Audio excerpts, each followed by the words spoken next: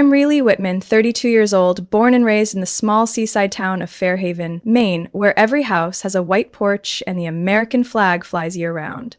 My father, Charles Whitman, was a living legend in the northeastern commercial real estate world. But to me, he was the wall that never fell, until the day he personally pushed me out of his life. We used to be a team. When my mother passed away from a stroke when I was 12, I became the only person my father could truly trust. From early mornings clearing the yard to late nights reviewing lease contracts, he had only me. No one expected Charles Whitman's only daughter to understand engineering schematics and Whitman Properties balance sheets like the back of her hand, but I lived for it until she walked into his life. Marianne, she wasn't the evil stepmother from fairy tales. She was smarter, softer, always knowing how to make herself seem harmless, but behind the scenes, she slowly pushed me aside. And my father, the man who once said, "No one understands me like you do," began letting her voice grow louder in every major decision. When I was 26, we had a brutal argument over a redevelopment project along the Port Casco riverfront.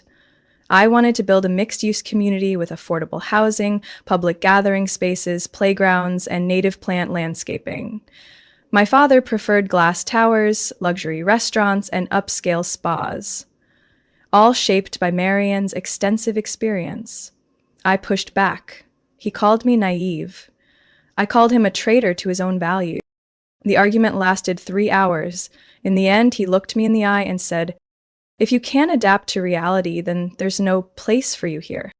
I stood frozen in the middle of the office as he turned away, no glance back, not a second of hesitation. I slammed the folder shut and walked out, with just one suitcase and my master's degree in urban development from Columbia. I landed in San Diego with $900 in my account and a call from an old friend who was starting a consultancy focused on sustainable residential planning. "If you really believe in what you sketched in that proposal," she said, "come here. We need someone like you." For the next 5 years, I never looked back. No calls, no texts, no Thanksgivings, no Christmases. Whenever an unknown Maine number popped up, I hit decline, and he never called again. I heard that my father continued to run the company, still attended big events, hand in hand with Marianne, flanked by her 2 children, Connor and Bethany, like the rightful heirs. I wasn't at the grand opening of the shopping center I helped envision. I didn't attend the 40th anniversary celebration of the company. They didn't invite me, and I didn't need an invitation. But everything changed on a November morning as I sat in a conference room during a project pitch in Santa Clara. My phone lit up with a name I never thought I'd see again, Rachel Monroe, my high school best friend, who still lived less than 2 miles from my old home. Her voice cracked through the speaker. "Really? I'm sorry, but I thought you should know your dad passed away last night." I didn't cry. I didn't get angry. I just felt something snap, like the last thread connecting me to what once was family had finally torn loose. I stared out the window. The California sky was still blindingly blue, but inside me, something had gone completely dark. I booked a flight back to Maine the very next morning. The plane landed in Portland under a steady drizzle. The biting cold air hit my lungs and made me shiver, as if the place itself wasn't ready to welcome me home. I rented a small car and drove straight to Fairhaven, where the roads remained as quiet as they had been 5 years ago, but the house I once called home felt completely unfamiliar.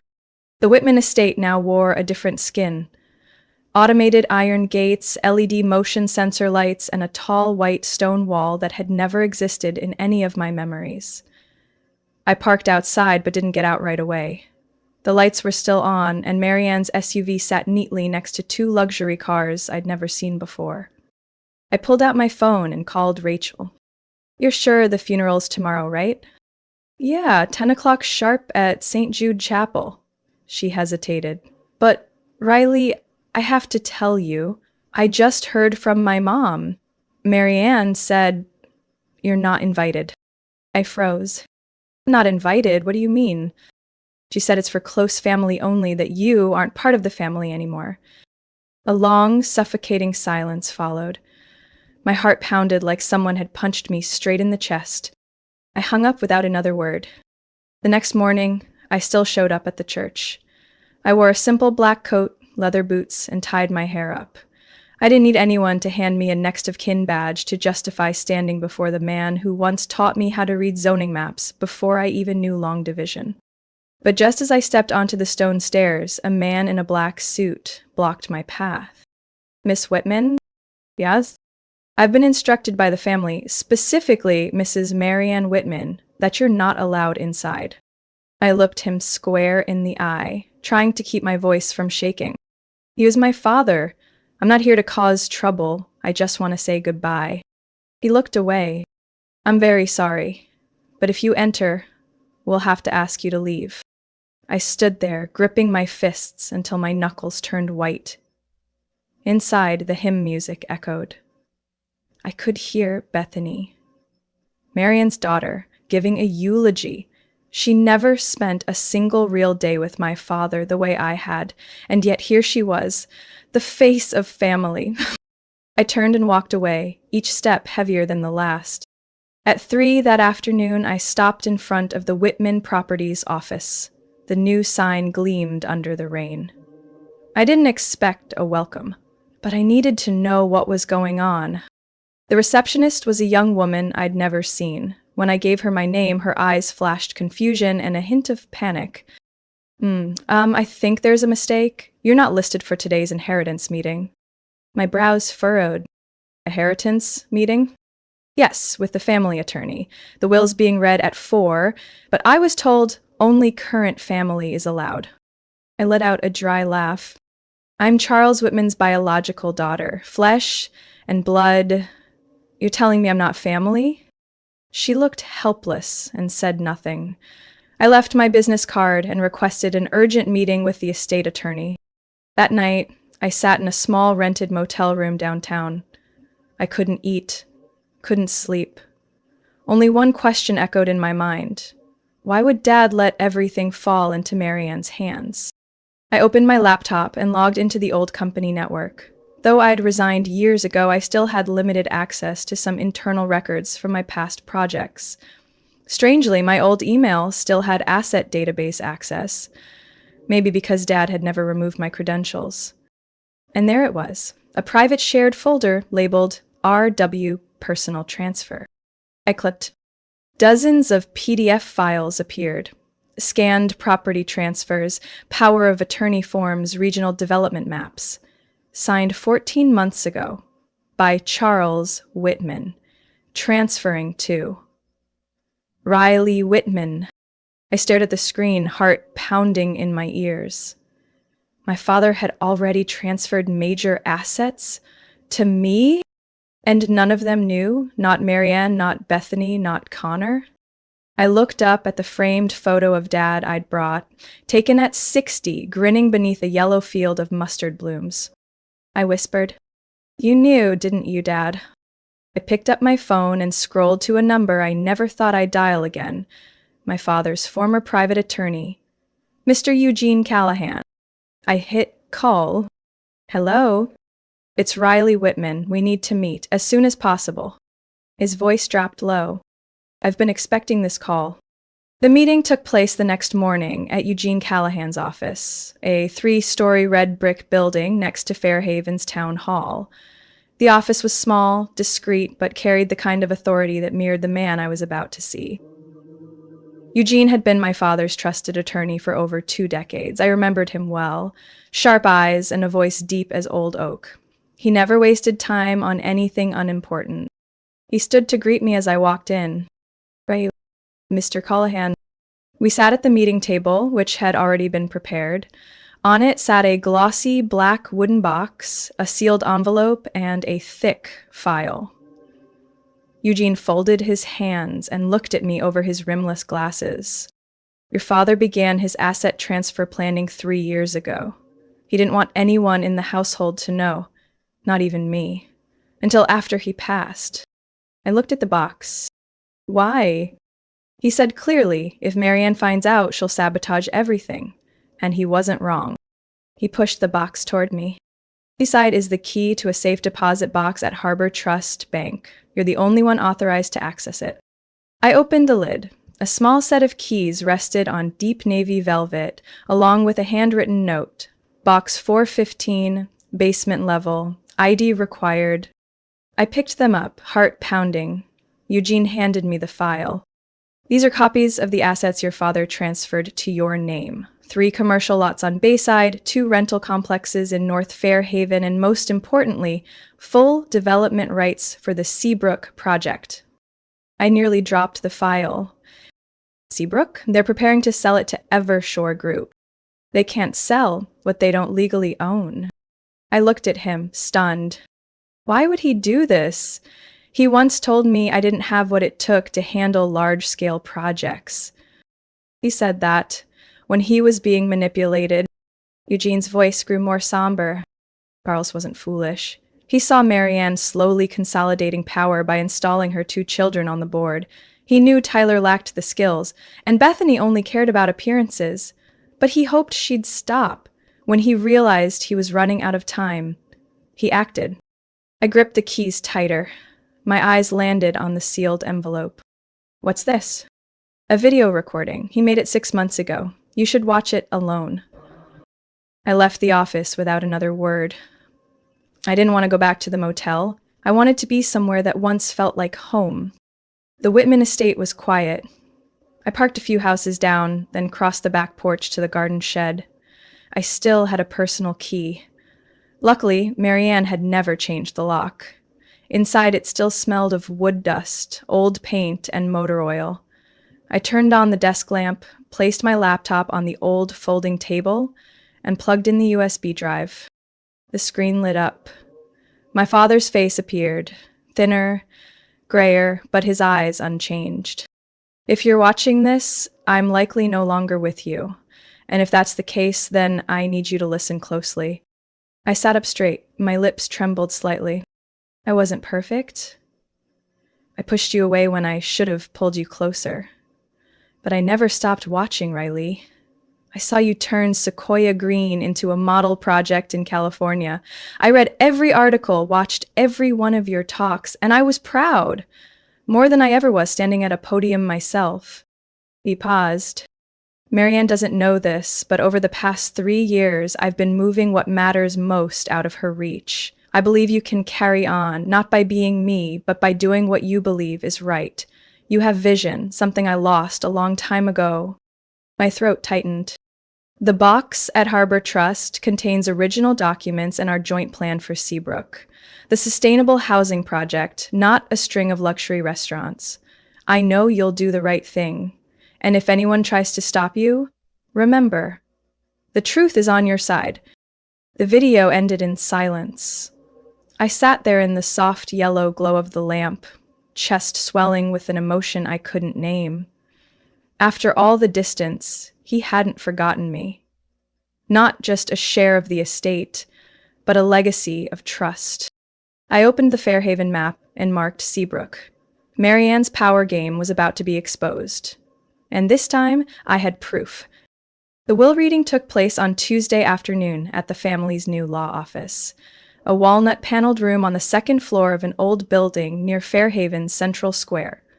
I arrived 10 minutes early, sitting in my car, staring up at the window where golden chandelier light shone through silk curtains, wondering if my father had ever stood there, looking down at the town the way I was now.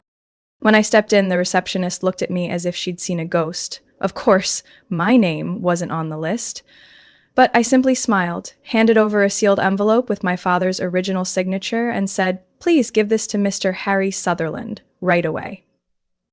10 minutes later, he came down himself. Harry had replaced Eugene after my father started pulling out of the Callahan office 3 years ago.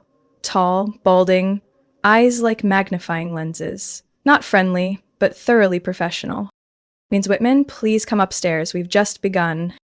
The meeting room was spacious, with a long wooden table that seated 10. Marianne sat at the head wearing a high-collared black dress, her gaze freezing the moment she saw me. Connor, 28, never lasted a full week at work, sat on the left side, fiddling with his phone. Bethany, always graceful, always proper, glanced at me once, then turned away. like I didn't exist. I pulled out a chair on the opposite side, calmly opening the file folder in front of me. Harry cleared his throat, slicing through the tension like a string drawn too tight. If I may, at the request of Mr. Charles Whitman, I will now read the contents of his final will and testament, prepared 8 months ago and legally certified by the State Notary Office. Marianne laced her fingers, trying to mask her satisfaction. Harry began reading, his voice flat and steady like a tape recorder. I, Charles Benjamin Whitman, being of sound mind and acting of my own free will, hereby leave the residence at number 19 Shoreline Drive, along with all household contents, to my wife, Mrs. Marianne Whitman. She nodded slightly, unsurprised. The sum of $3 million from my personal reserve fund to my stepchildren, Connor Mitchell and Bethany Mitchell. Connor raised his eyebrows in approval. Bethany remained as still as a statue. And all remaining shares in Whitman Properties, including but not limited to managerial rights, voting power, and profit distributions, shall be transferred to. Harry paused, looking directly at me. Riley Whitman. The room sank into dead silence. Then the sound broke, like glass shattering on tile. What? Marianne sprang up, nearly tipping her chair. He changed the will. I was there when he signed the old one.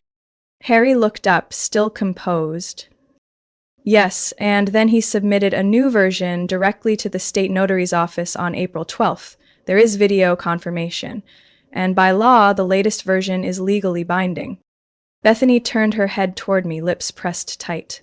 Connor let out a short laugh. It was unclear if it was disbelief or irritation.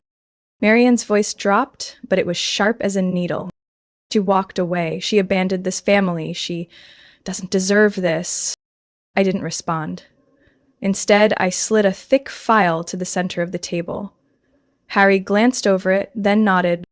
These are copies of the asset transfers, Seabrook, Bayside South, and 2 residential blocks on Franklin Street, executed legally over the past 2 years. Title holder, Riley Whitman. Each transaction was notarized independently and recorded with the Cumberland County Land Office. Connor shot up from his seat. This is fraud. She arranged all of this while he was sick and not thinking straight. I calmly reached into my bag and pulled out a USB drive. If that's true, you might want to watch this video. It was recorded 6 months ago in my father's office, in front of Mr. Eugene Callahan. Harry plugged in the USB. The screen displayed my father, thinner, his hair more silver, but his eyes still clear, speaking each word with intention.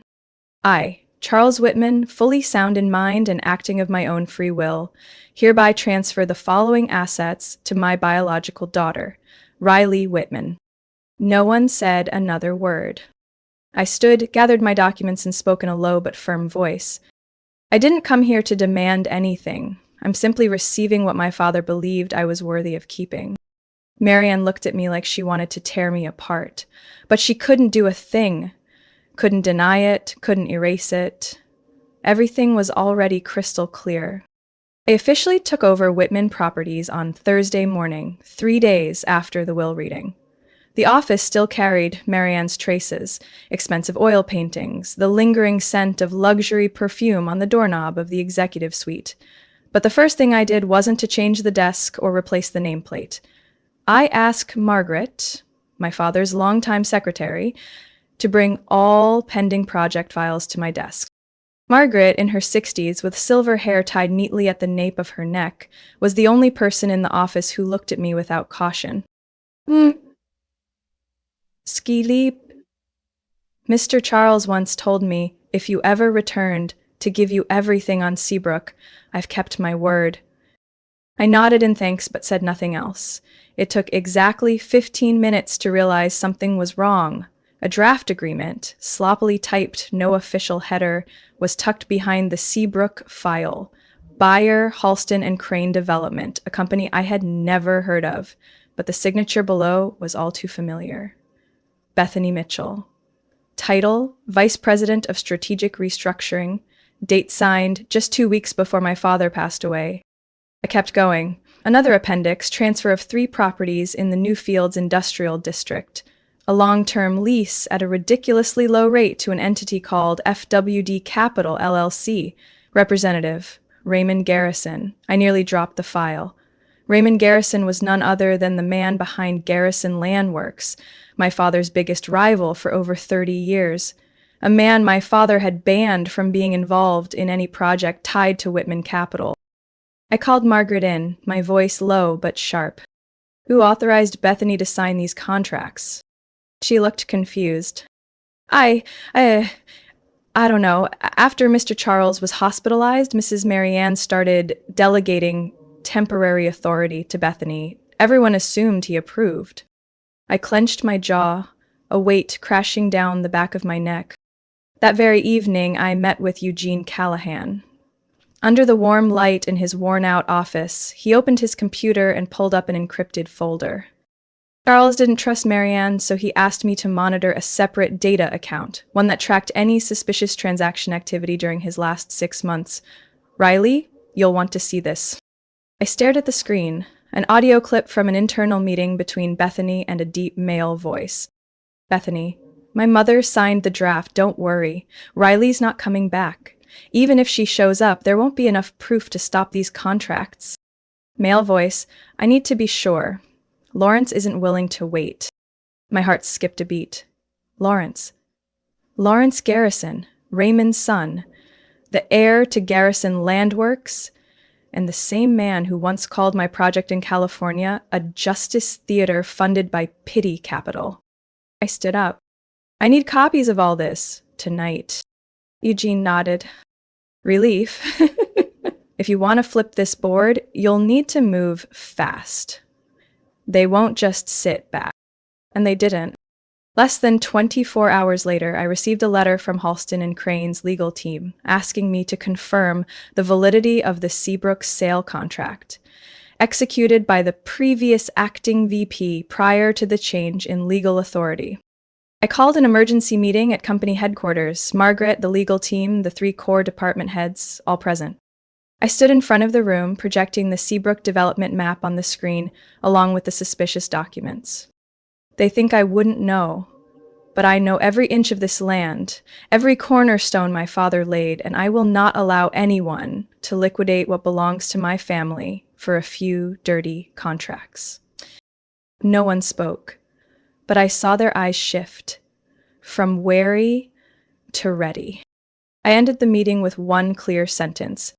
We're launching a full internal audit. Every contract in the past 6 months will be reviewed. Anyone involved will answer to the law.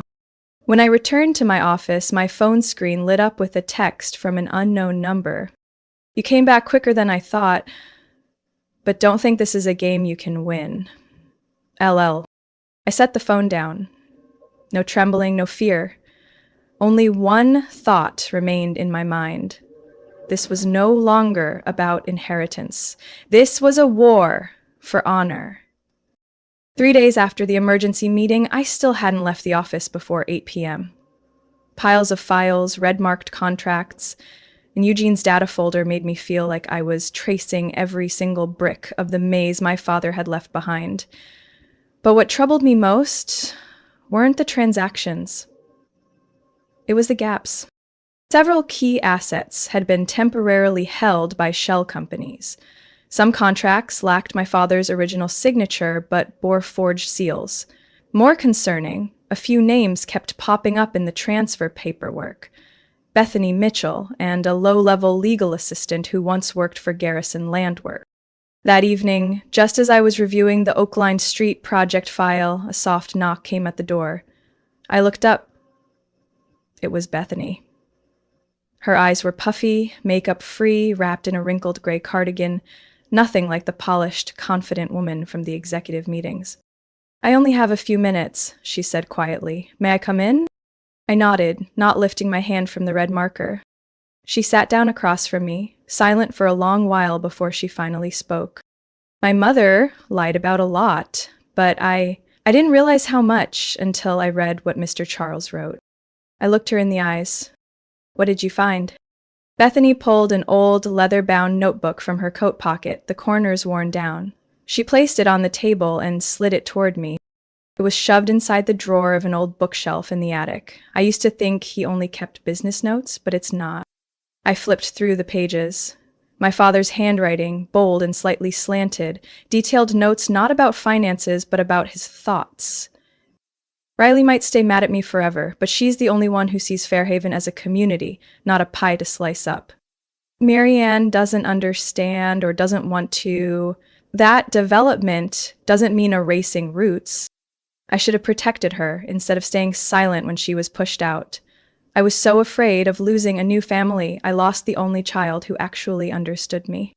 I closed the notebook, fingers tightening around it. Bethany lowered her head, her voice cracking. He called you the only one who understood me, and I just followed my mother like a machine. I'm not saying this to excuse myself, Riley, but I don't want to be part of Lawrence's game anymore. I leaned back in my chair. She looked like she might cry. The hardened part of me wanted to shut the door in her face, but the part my father trusted told me to listen. Bethany, do you know your mother is using your name to sign off on things? Have you even looked at the Oakline transfer contract? She froze. No, she told me it was internal paperwork. I never looked closely, but if you need, I am willing to testify, even before the legal board. I leaned in, lowering my voice. Are you sure? If you break ranks, Marianne won't forgive you, and Lawrence, he won't just let it go. Bethany scoffed, a bitter smile the first time she dropped the facade of elegance. I've spent 10 years in a gilded cage where every decision had to be mother-approved. I'm done. I want to choose for myself, even just once. She stood, retrieving the journal.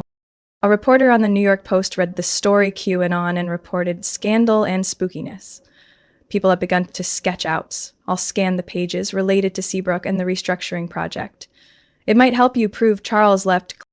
I watched her walk out, feeling like someone had cracked open a door long rusted shut. Not full trust, but a foothold. One I desperately needed in a battle that more and more, I realized, wasn't just about land or inheritance. It was about truth. An hour later, I received an email. Attached was a scanned copy of 3 handwritten pages from my father with a note.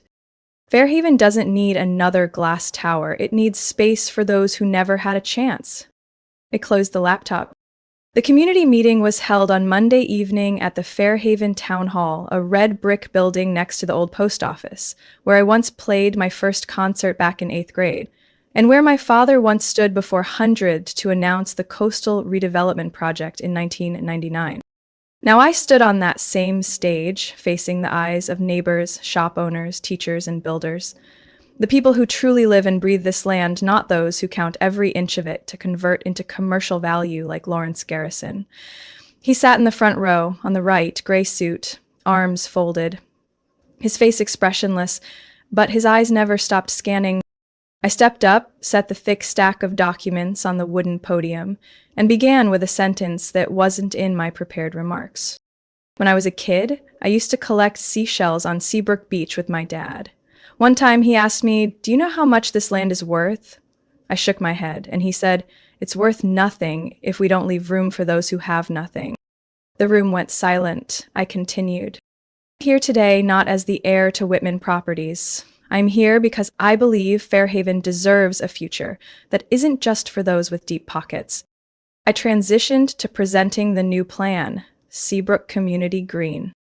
No more glass skyscrapers like in Lawrence's renderings. Instead, the plan included mixed-income housing, open playgrounds, a community garden, a vocational training center for local youth, and a row of small restaurants with affordable lease options for local businesses during their first year. A hand went up. It was Mrs. Fay, 70 years old, owner of a bakery that had been in business for 30 years. She stood, voice clear. "You said you'd keep rental rates low for locals. Is there any legal guarantee or just a promise?" I nodded and pulled up the final slide. "I've signed an agreement with the Maine Sustainable Development Commission. The contract stipulates that at least 40% of the commercial space must be reserved for local businesses, with fixed rent for the first 3 years. The murmurs turned into nods of approval. A man stood up. And the housing? Who gets priority? Families who currently live and work in Fairhaven will be prioritized using a point system based on length of residency and income level. We're also partnering with the state's nonprofit housing organization to ensure fairness. Lawrence jumped out. My project would bring in 3 times the tax revenue for this town. Miss Riley is selling a fantasy. No one builds a community without profit. I turned and looked him square in the eye. You're wrong. My father used to say, real profit comes from the trust people place in your land. And I believe he was right. You had your chance to speak. Now let the town decide. Applause erupted from people I never thought would take my side. Some still looked unsure, but it was clear. The balance was shifting. By the time the meeting ended, Lawrence had disappeared before I could say a word. But I didn't need to. The message that came the next morning said it all. Transaction with the Seabrook Land Board officially suspended. Request to reevaluate development based on proposal by Riley Whitman. I set my phone down on the table and exhaled for the first time in weeks. Bethany walked in with 2 cups of hot coffee. Did you win? I shook my head, smiling faintly. I didn't win. Fairhaven did. She sat down across from me, pulling a contract out of her purse. One more thing. This is the cancellation agreement for the Oakline Street transfer. I signed it. Garrison Landworks no longer has any hold.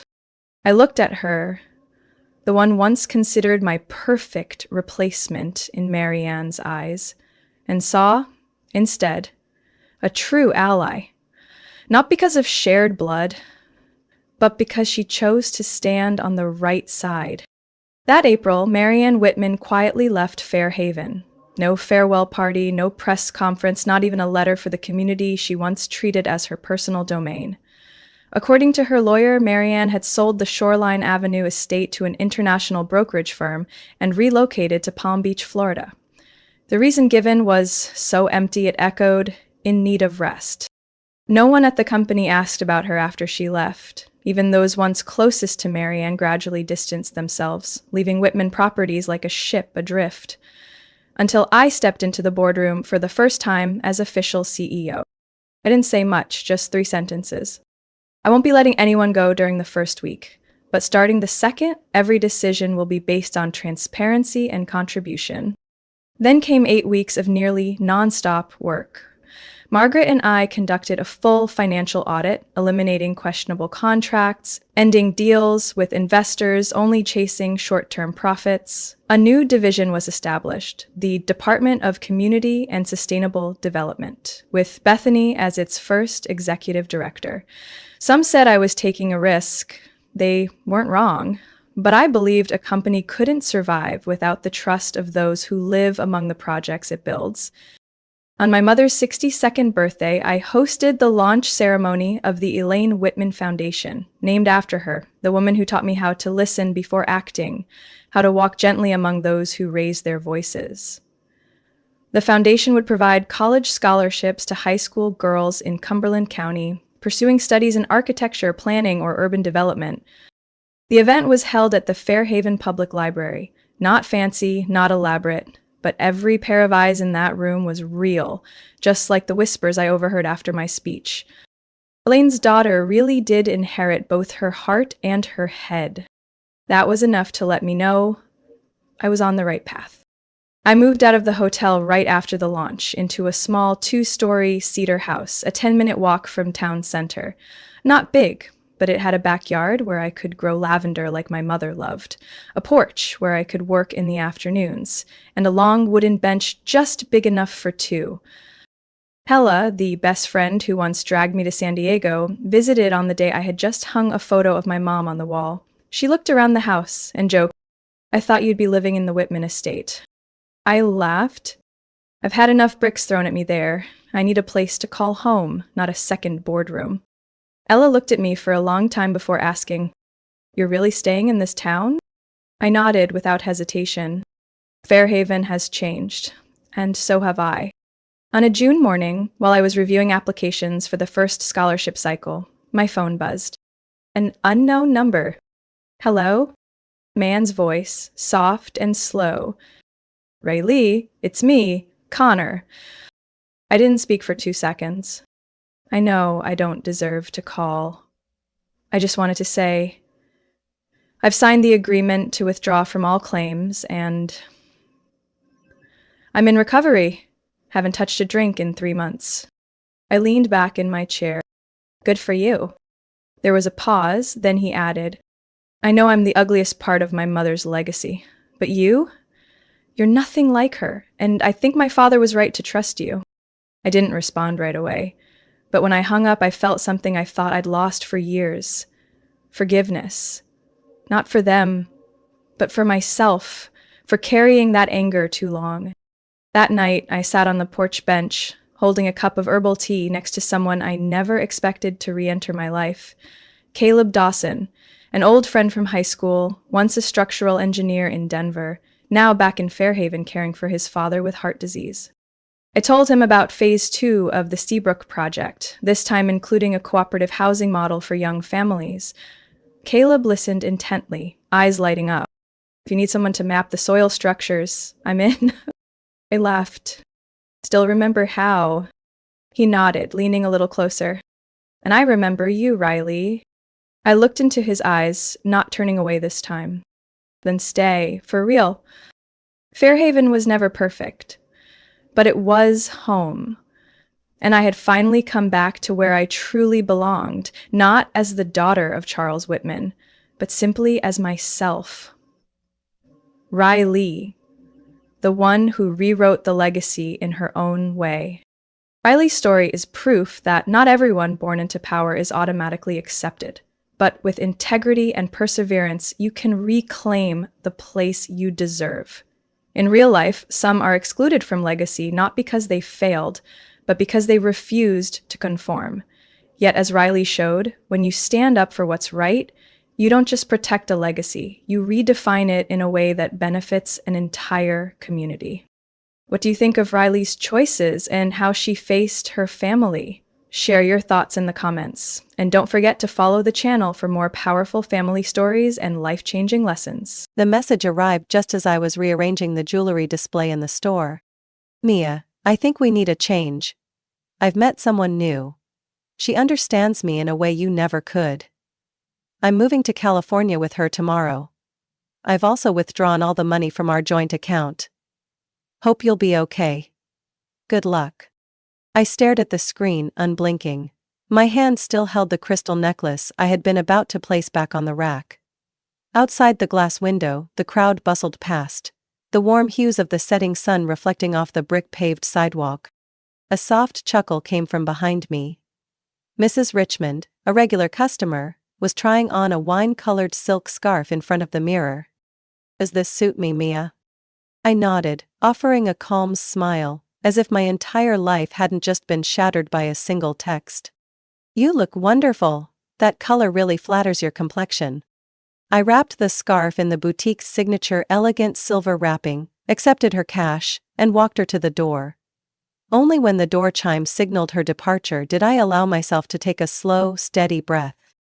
Michael had just left me, over a text message. But I wasn't surprised. The signs had been there all along, clear as cracks in an old mirror. The unusual overtime shifts. The calls he never answered in front of me. The sudden obsession with his appearance. Hitting the gym 5 times a week. Switching colognes. Buying younger, trendier clothes despite being 44 years old. 3 months ago, I had found an expensive restaurant receipt for the very night he had claimed to be working late. I hadn't cried. I hadn't confronted him. I had simply opened a new bank account. A week later, when he suggested merging all our accounts to simplify things, I had smiled and agreed, while quietly transferring all my savings to a secure place. The joint account he had just cleaned out? It had exactly $3,200 left in it, just enough to keep him from getting suspicious these past few months. As for my real savings, I had protected those long ago. My phone buzzed again, another message from Michael. Don't text me begging to take you back. I know you're hurt, but this is for the best. I'll send someone to pick up my stuff later. And don't worry, You still have your little shop to keep you busy. My little shop. The boutique I had built from nothing, which now made far more money than his mid-level management job ever had. The business he had always dismissed as a hobby, whenever I stayed late working. I looked down at my phone and smiled, not because I found any of this amusing, but because I knew, by tomorrow, Michael would be learning a lesson he never saw coming. I set my phone down on the glass counter, my fingertips brushing over its cool surface. I wasn't panicking, I was simply thinking. Going over everything in my mind, to make sure I hadn't overlooked a single detail. I hadn't. Everything had been prepared in advance. 3 months ago, when I found that high-end restaurant receipt on the night Michael had claimed to be working late, I hadn't caused a scene. I had simply tucked it into a small file. A file that now contained dozens of other receipts and suspicious transactions. After that, I had opened a new bank account at a completely separate bank. Over the next 2 weeks, I quietly transferred small amounts of money, careful not to draw attention but ensuring my finances were secure.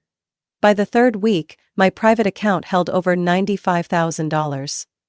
The entirety of my real savings from the past decade. The joint account Michael had just drained?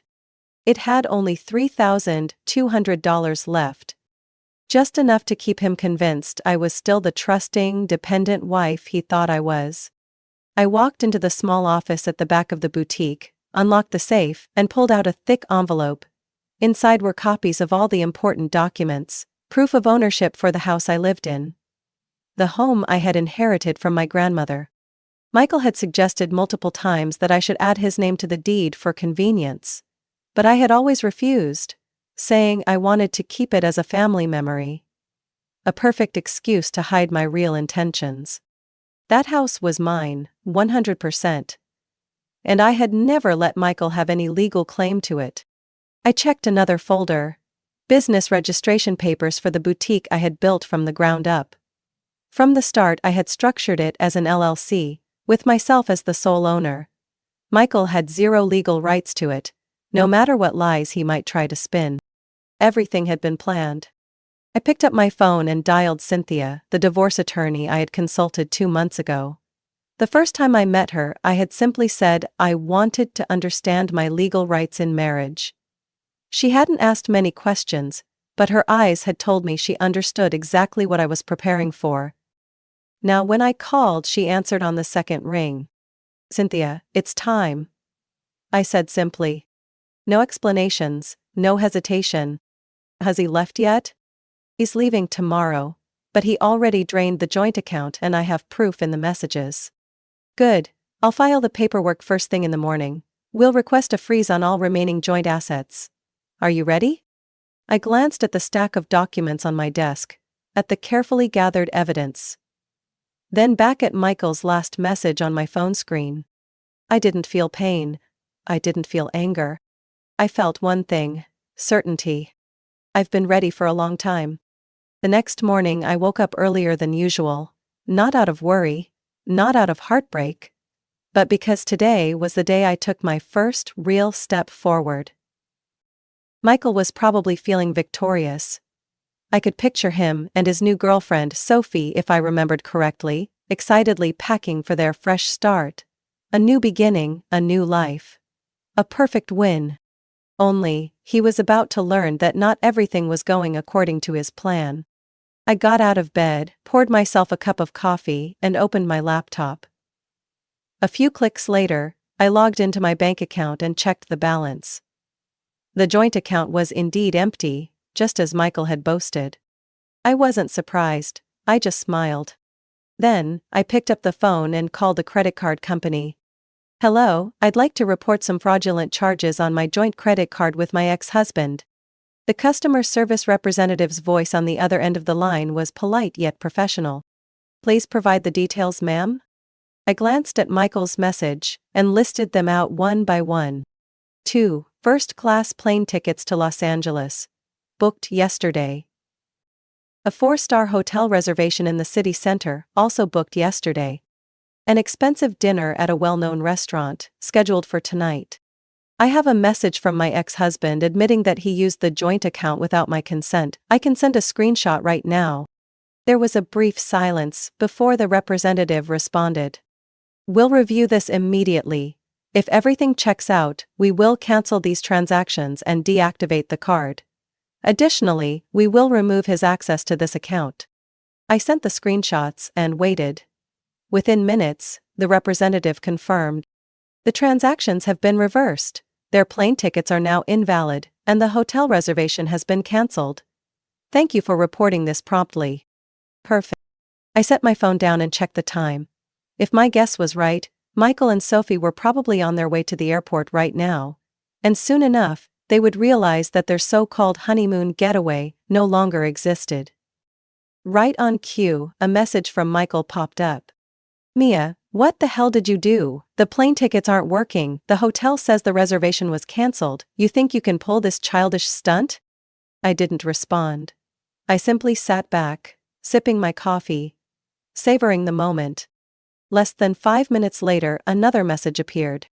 Whatever, I don't need an expensive hotel. You know what? I'm still going to have a way better life than you, stuck in that tiny shop with your boring little life. I laughed. He actually believed he was still in control, that he could still get under my skin with his arrogance. But no, Michael, you've lost everything, you just don't realize it yet. Around noon, while I was checking inventory in the back room of the store, my phone buzzed with a call from a number I recognized immediately. Mrs. Carroll, Michael's mother. I wasn't surprised. I had predicted she would call. I answered and brought the phone to my ear. Mia, what is going on? Michael told me you deliberately sabotaged his plans, that you're taking revenge in such a cruel way. Her voice carried a mix of panic and anger. I could picture her sitting in her leather armchair in her living room, gripping her phone tightly, trying to make sense of everything. I took a deep breath, keeping my tone steady. Mrs. Carroll, do you want to hear the truth or do you just want to defend Michael? The truth? He told me you drained the joint account, and now he has nothing. I chuckled softly, even though she couldn't see me. That's interesting, because according to the message I received from Michael himself, he bragged about withdrawing all the money from the joint account before leaving. I have screenshots if you'd like to see them. Silence. I continued. He also used our joint credit card to book flights and a hotel without my consent. That is financial fraud, and I simply reported it to the bank. I have his messages admitting to this. Would you like me to send them to you? A long pause stretched between us before Mrs. Carroll finally spoke again, her voice no longer filled with anger, but laced with hesitation. He didn't mention that part. I shrugged. Of course he didn't, because the truth doesn't work in his favor. But Mia, did you really have to do this? He's my son after all. I gripped my phone a little tighter, keeping my voice measured. Mrs. Carroll, I respect you, but Michael is not a victim. He betrayed me, stole money from our account, and thought he could humiliate me and walk away without any consequences. Do you really think I should have just let that happen? Another long silence. I need to talk to him. Good, you should do that. I hung up before she could say anything else. That evening I received a message from Sarah, Michael's younger sister. Mia, can I call you? I replied with a single word. Sure. Seconds later my phone rang. I picked up. Mia, I'm sorry. I stayed silent, waiting for her to continue. At first I believed Michael. He told me you had controlled him for years, that you always made things difficult for him, and never let him have his own life. But then I saw the messages you sent to Mom. I saw how he bragged about taking the money, and mocked you. She paused, her voice trembling. That's not the brother I thought I knew. I sighed, my voice softer than it had been with Mrs. Carroll. Sarah, I don't blame you, but this is who Michael really is. He never thinks about anyone but himself. I know. I just wanted you to know that not everyone in my family supports him. I smiled slightly. Thank you, Sarah, I really appreciate that. The call ended and I set my phone down. Outside the window, the sky was growing dark. But inside, a small flicker of relief began to glow. Michael's family and friends were starting to see him for who he truly was. And this was only the beginning. That morning, I walked into the courthouse with my back straight and my head held high. There was nothing to fear. Everything had been meticulously prepared. Across the courtroom, Michael sat with a scowl on his face. His suit looked like it hadn't been pressed in weeks, and his hair no longer had that polished shine. Sophie wasn't there. I guessed their grand love story hadn't lasted as long as Michael had imagined. My lawyer Cynthia flashed a confident smile as we took our seats. The judge entered, and the room fell silent. The hearing began. Mrs. Harrison, you are claiming that the defendant, Mr. Michael Harrison, committed financial fraud during your marriage? Cynthia nodded and began presenting the case. We have clear evidence that Mr. Harrison withdrew all the funds from the joint account, without my client's consent, and used the joint credit card to book flights and hotel accommodations for a trip with his girlfriend. We are submitting messages in which the defendant admits to these actions. She placed a thick file on the judge's bench. I saw Michael tense as his lawyer flipped through the documents, likely realizing for the first time exactly what he had written in his arrogance. The judge frowned as he reviewed the evidence. Mr. Harrison, do you deny withdrawing funds from the joint account without prior notice to your wife? Michael swallowed hard. I just thought I had the right to take that money. Are you aware that doing so violates marital property laws while the divorce is still pending? He didn't answer. Next, Cynthia presented documentation regarding my assets. The house, the boutique, my private bank accounts. All legally in my name, either before the marriage or completely separate from marital property. Your Honor, Mr. Harrison has attempted to dispute my client's ownership of her business. However, under business law, this boutique is registered as an LLC, with Mrs. Harrison as the sole owner. We have records confirming that Mr. Harrison made no financial contributions to the business. The judge reviewed the documents before turning to Michael. Mr. Harrison, do you have any evidence proving you have a legal claim to this business? Michael opened his mouth as if to argue, but his lawyer placed a hand on his arm, silently warning him. After a few moments of silence, his lawyer finally spoke. Your Honor, the defendant has no evidence to support this claim. The judge nodded. Then, I will issue my ruling. Michael held his breath. I remained calm. The court orders that the full amount withdrawn from the joint account must be repaid within 30 days. If not, the plaintiff has the right to seek asset forfeiture to recover the funds. Furthermore, the house and boutique are legally owned by the plaintiff, and the defendant has no claim to either property. Michael blinked rapidly, his mouth opening as if to protest, but no words came out. The judge continued. Additionally, given the evidence of financial fraud and the defendant's intentional actions to cause harm to the plaintiff, I rule that Mr. Harrison is not entitled to any spousal support post-divorce. Michael shot up from his seat. This is insane. I have rights too. I supported her for years. That shop is what it is today because of me. The judge slammed the gavel down. Mr. Harrison, remain silent immediately or I will have you removed from this courtroom. Michael clenched his fists, his face turning red with rage, but he didn't dare say another word. I simply watched him, expressionless, as if observing a play where I already knew the ending. As the hearing concluded, I stepped out of the courtroom, feeling lighter than I had in years. Michael remained seated, motionless, staring down at the table, as if he had finally realized he had lost everything. Outside the courthouse, Cynthia patted my shoulder. Everything went exactly as planned. You did great, Mia. I took a deep breath, feeling the fresh air brush against my skin. My marriage was over. And I had won. 2 months after the divorce trial, I had nearly forgotten Michael's existence. Until news of his downfall started circulating among mutual acquaintances. He had lost everything. No savings, no home, and no Sophie.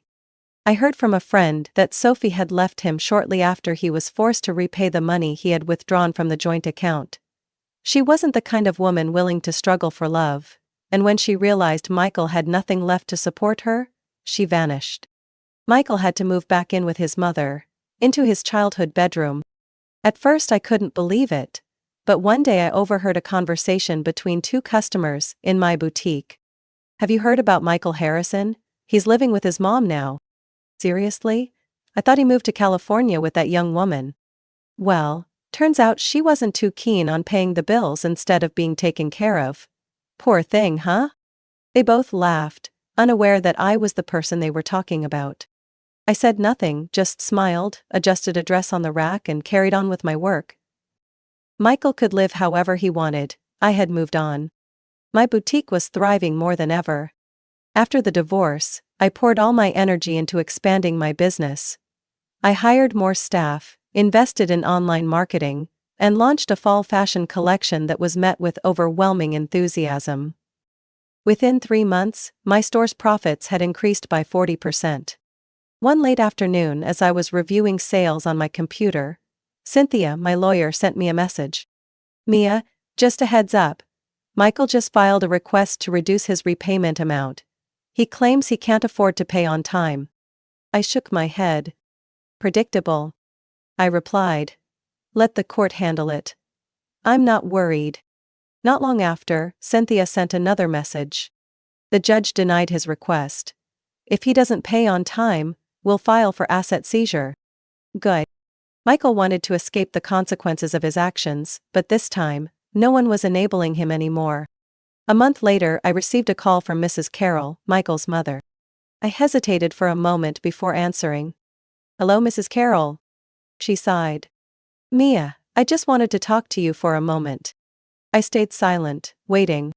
"You were right. Michael is not a victim. He always finds a way to blame others. But he never takes responsibility for what he does." She paused, her voice trembling slightly. "I think I enabled him for too long. I thought I was supporting him, but in reality, I was just making him worse. I just wanted to say, I'm sorry." I looked out the window, the soft autumn sunlight filtering through the glass. I had never expected an apology from her. But hearing it, I felt a strange sense of relief. "Thank you, Mrs. Carroll. I hope you continue to succeed with your boutique. You deserve it." She hung up before I could respond. I sat there for a moment, letting her words sink in. Michael had tried to destroy me, but instead, he had only made me stronger. And that was the real victory. 1 year after the divorce, I no longer thought about Michael. Not because I forced myself to forget him, but because I no longer needed to care. My life was now a series of busy yet fulfilling days. The boutique Michael once dismissed had grown into a chain of 5 locations across the city. Each store was bustling with customers, and revenue had tripled compared to before the divorce. I had turned pain into motivation. But Michael, he remained stuck in his own mistakes. I heard about him through mutual acquaintances. After failing to make his court-ordered payments, Michael had tried to sue me, claiming the division of assets was unfair. Of course, the lawsuit was dismissed almost immediately.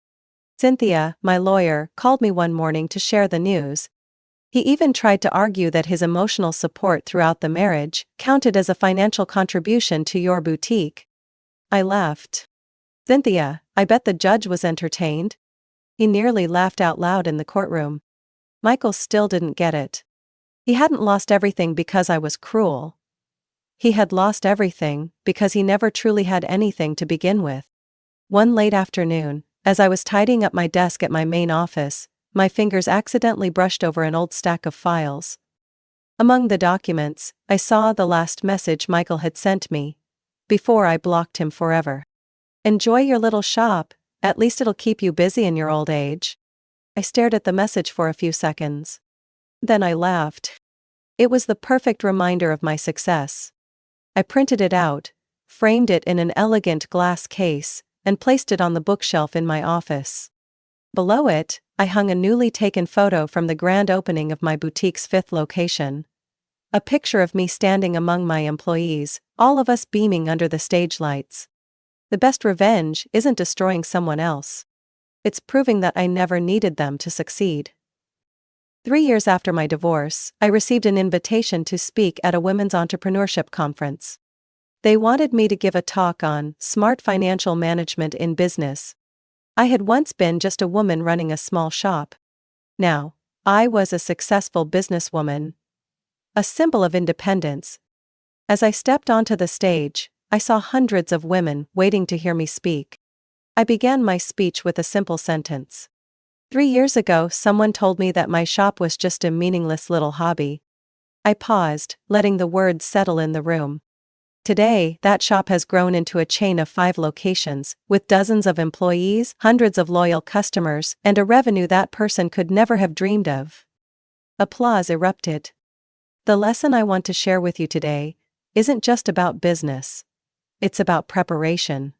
About protecting yourself. About never letting anyone else control your future. And most importantly, never letting someone else define your worth. The hall exploded in applause. I stepped off the stage, my heart full of pride. I had lost a marriage. But I had reclaimed myself. And that was worth more than anything. Mia's story is a powerful reminder that true success comes not from seeking revenge, but from reclaiming one's independence. In life, setbacks, whether in relationships or business, are inevitable, but how we respond defines our future. Mia didn't let betrayal break her. Instead, she used it as fuel to build something greater. Her journey teaches us the importance of financial awareness, self-reliance, and never allowing others to dictate our worth. Whether in personal life or entrepreneurship, preparation and resilience are key. Success is not about proving others wrong. It's about proving to yourself that you are capable of thriving on your own terms. What do you think about Mia's journey? Do you believe success is the best revenge? Or should justice go beyond personal growth? Share your thoughts in the comments. And don't forget to follow the channel for more powerful stories about family, resilience, and taking control of your own destiny. My name is Morgan Layton, 36 years old, and I used to live in a luxury apartment in the West Loop of Chicago. 2 years ago, I believed I was living in a real-life romantic dream. A stable career, 6-figure income, supportive friends, and a man I thought would be my husband. Cole Harrington, founder of a well-known tech startup who had just sold his company for over $25 million. We met at a sustainable investment conference in Austin. Cole walked up to the refreshment table and asked if I was in line. I said no, and we started talking. He was the kind of man who made people turn their heads, not because of his looks, but because of how he made others feel seen. Calm, confident, and completely comfortable in his own skin. 3 weeks after that meeting, he invited me to dinner at a small Italian restaurant tucked away in an alley hardly anyone knew about. The night ended with a soft kiss under the early fall rain. I had never felt my heart race like that. After that evening, Cole became a part of my life. Weekend getaways to Napa Valley, a personalized bookshelf filled with titles he handpicked for me, even remembering I preferred my cold brew with almond milk. 14 months later, he got down on one knee atop the Peninsula Hotel rooftop, under candlelight and a bouquet of baby's breath. A sparkling 2-carat diamond ring sat inside a black velvet box. I cried, not because I was surprised, but because I finally felt chosen, truly loved. I said yes. He embraced me and whispered, "This is only the beginning." We planned to marry the following fall at a vineyard in Oregon, where my parents had honeymooned back in 1983. My mom nearly teared up when she heard the location. My dad began rehearsing his toast as if he were the keynote speaker at TEDx. It was the happiest time of my life, or at least, that's what I thought. There was just one thing I didn't expect. Ellie, my half-sister. 3 years younger than me, living in Denver where she worked in entertainment media. Since childhood, Ellie had always been the one who could draw attention. I used to share my toys, clothes, even friends with her, thinking, as the older sister, that's just what you do. But as we grew older, I realized some people don't see kindness as something to value. They see it as an opening to take. When I announced the engagement to my family, Ellie texted immediately. "Send me a pic of the ring. He's so handsome. Better hold on tight or I might steal him," followed by a winking emoji. I laughed, but something in me twisted. She always joked like that. I never thought she would actually cross the line. I asked Ellie to be my maid of honor, partly because my mom wanted us to grow closer, partly because I believed our childhood shouldn't define our future. I truly believed that. When I brought Cole to meet my family for the first dinner, Ellie wore a red backless dress, walking in like she was auditioning for a film. She chatted with Cole so much that my mom had to interrupt. "Ellie, let Morgan introduce the main course." Ellie just smiled, lightly touched Cole's shoulder, and said, "You're lucky, sis. I can see why he's your soulmate." I brushed it off, wanting to believe it was harmless. What I didn't know was, while I was picking out my wedding dress, another relationship, secretive and cruel, had already started to grow behind my back. 3 months before the wedding, I began to feel that something had changed. Not in the air, but in the man I once believed was my safe place. Cole started pulling away. Evenings we used to spend watching movies were now replaced with urgent investor meetings. His texts became short, his gaze distant, and the most chilling part, the deliberate silence. I tried to rationalize it. Maybe it was work pressure. Maybe he was tired. I bargained with reality like someone refusing to see the obvious. But the truth doesn't care how badly you want it to be something else. Eventually, it knocks anyway. One evening, after coming home from a cake tasting appointment, Cole had abruptly canceled, claiming he had to check out a wedding venue. I started gathering laundry.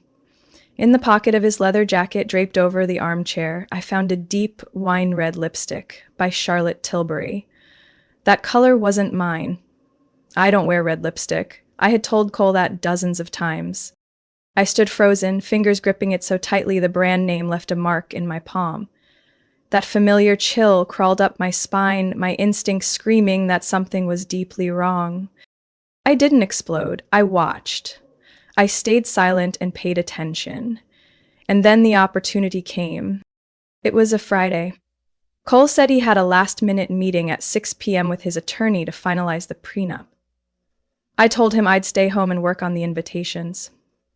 Instead, I went straight to the Selwyn, a boutique 3-story hotel near the riverfront, the exact location from the video Carmen, my friend in hotel PR, had sent me days earlier. I had booked room 203, which faced the main entrance, 2 days in advance. I sat and waited, pretending to work on my laptop. At 8:12 p.m., they walked in. She was holding his hand. No shame, no hesitation. Ellie wore a form-fitting black satin dress and the pearl necklace my mother once gave her. The same one she had mocked as too old lady for anyone under 60. I didn't confront them. I didn't scream. I didn't let my heart do the talking. I filmed the moment on my phone, clear enough to capture the way Cole looked at Ellie like she was the only thing that mattered. That night, I left his apartment key on the kitchen counter along with a note. Is someone no longer worthy? Don't come back. I'm not there anymore. I moved back into my old apartment, cut all contact. But the cruelty didn't stop there. A week later, Ellie posted a photo on Instagram. Her hand, now wearing the diamond ring Cole once proposed to me with, rested on the rim of a champagne glass. The caption read, "When love finds the right person." I didn't like it. Didn't comment. But the post spread faster than I expected. Messages poured in. Some offered sympathy. Some asked if it was true. Some just sent 3 words, "I knew it." The betrayal from the 2 people I once loved most didn't destroy me, but it changed me forever. I was no longer the naive Morgan who believed every sweet word. No longer the older sister who thought sacrificing myself would keep peace in the family. From that rubble, I began rebuilding myself. This time, laying each brick with clarity and choice. It took me nearly 2 weeks to breathe like a human being again. Not to live, just to exist, without crying at the sight of a champagne flute or hearing a Google Calendar alert that said, "Meet with wedding planner." Mornings became heavy. I stopped waking up on time, stopped going into the office, stopped caring about any presentation. When my boss called asking why I'd missed 2 major strategy meetings, I only said, "I need a few days off." But those few days turned into weeks. My sleep was erratic, my appetite gone, my mind spinning between rage and emptiness. One morning, I sat on the floor, back against my closet, staring at the wedding dress still zipped inside its garment bag. I opened it. I didn't know why I hadn't gotten rid of it yet. The feeling of insult and humiliation surged up, tightening my throat. I couldn't breathe. The door opened. My mom, Joan Layton, 62, in a beige cardigan, carrying a paper bag of hot soup, said nothing at first. She looked at me, sat down next to me, and pulled me into a hug. That's when I broke down, sobbing like a child abandoned in a snowstorm. She rubbed my back the way she used to when I fell off my bike at 8 years old. "You can hate him later," she said gently, "but right now, you need to stand up." She was the only one who didn't fuel the fire. She didn't curse Ellie, didn't demonize Cole. She focused solely on me. Every day, she came over, cooked my favorite meals, cleaned my apartment, scheduled an appointment with a therapist her friend recommended. And when I hesitated, she simply said, "Just sit and talk. You don't have to say much. She knows how to listen." In the 4th week after the shock. During the first few sessions, I barely spoke. But Dr. Hollis was patient. She didn't push. She only asked, "How is Morgan feeling today?" That simple question slowly pulled me out of the thick fog in my head. As for work, I knew I couldn't stay at my current company. After weeks of absence and missing a deal worth over $200,000, my boss called me in. He was firm but kind. "Morgan, I'm not blaming you, but I think we both know you need more time than we can offer." I nodded, no resistance. It was the first time I signed a resignation letter without a trace of regret. Unemployed, heartbroken, humiliated, I moved back in with my mom for a short time in Naperville, a suburb west of Chicago. Every morning she left a small handwritten note beside the coffee pot. In blue ink, "You survived what once felt impossible. I'm proud of you." Or, "No need to do anything big today, just breathe deeply." I deleted social media. No photos, no following. I needed to disappear. But one day, after a grocery trip with Mom, she told me about a rehiring program at an ad agency her old friend used to work for. "Just try it if you want," she said. I smiled faintly. But that evening, I opened my laptop, updated my resume, and sent it while sipping tea. 4 days later, they called back. I was stunned. A Zoom interview was scheduled for that weekend. The company, Vantage Axis, was based in Milwaukee but opening a new office in Lincoln Park, Chicago. I dressed neatly, added a little blush, and for the first time in weeks, I answered questions without trembling. 2 weeks after that, I got the email, offer from Vantage Axis, Lincoln Park. I got the job. The salary wasn't as high as before, but the role was flexible, regional communications supervisor with the task of building a new team. I said yes. I moved back to Chicago in mid-spring. My new apartment was smaller, but the windows faced the lake. No more elaborate furniture from my days with Cole. I bought a pale blue couch, hung a picture of my mom in the kitchen, and placed a small lavender plant by the window. I started again, from zero. Chicago didn't welcome me with sweet promises. The city met me with cold winds blowing down red brick streets, car horns echoing day and night, and just enough indifference to let me be a complete stranger. I needed that too, to disappear into the crowd, to be someone no one recognized, no one remembered, as the woman who almost became the fiancée of a cheater. But then, someone did recognize me. Not my past, just who I was in that moment. That day was a networking event hosted by Vantage Axis with some tech partners. I wasn't in the mood, but my department head said, "Just show up for 15 minutes, smile, and hold a drink." I reluctantly agreed, wearing a simple black dress, tying my hair up, and putting on heels for the first time in almost 3 months. I stepped into the second-floor restaurant of a boutique hotel, trying to find a graceful exit, when I heard a soft male voice behind me. "You're counting the minutes too, aren't you?" I turned. The man was tall, with slightly curled hair around his temples, wearing a gray suit but no tie. His eyes smiled before his mouth did, like he genuinely found the event dull but was politely enduring it. "Was it that obvious?" I replied with a smile, raising my mocktail. "We should start a club for forced socializers," he said. "Zane Foster." I froze a bit at the last name, but instinctively shook his hand. "Morgan Layton." I heard your name in one of the recent internal presentations. Your analysis on user behavior was sharp. I raised an eyebrow. Where do you work? Co-founder of Elevate Partners. We're backing a few startups involved in your firm's media campaign. I'd heard of Elevate. It was one of the rising private equity funds in the Midwest tech scene, known for investing in early-stage, women-led startups. That made me nod, a little tension easing from my chest. That evening, Zane didn't try to make me laugh. He didn't tell jokes, didn't flirt clumsily, didn't glance at the empty space where a ring might have been. We just talked. About the industry, the market, the book Atomic Habits we were both halfway through. Afterwards, Zane didn't text me at midnight. He sent an email, a real email, asking to grab coffee, whenever you feel like it. I agreed, not out of instant excitement, but curiosity. What kind of man still uses email to ask someone out in the age of emoji texting? The coffee lasted longer than expected. No awkward silences, no feeling of being studied. When I said I'd just moved from Naperville, Zane simply nodded and said, "Everyone has their reason to start over. I've done it too." Slowly, he became a steady presence in my otherwise packed schedule. Not there too often, but always at the right time. When I was drowning in deadlines, he left coffee at my office door. When I declined dinner due to stress, he sent a Spotify link, a playlist called Just Listen, Don't Think Too Much. I began to feel my heart respond. Not to grand gestures, but to the way he listened without interrupting, stayed patient without pressure.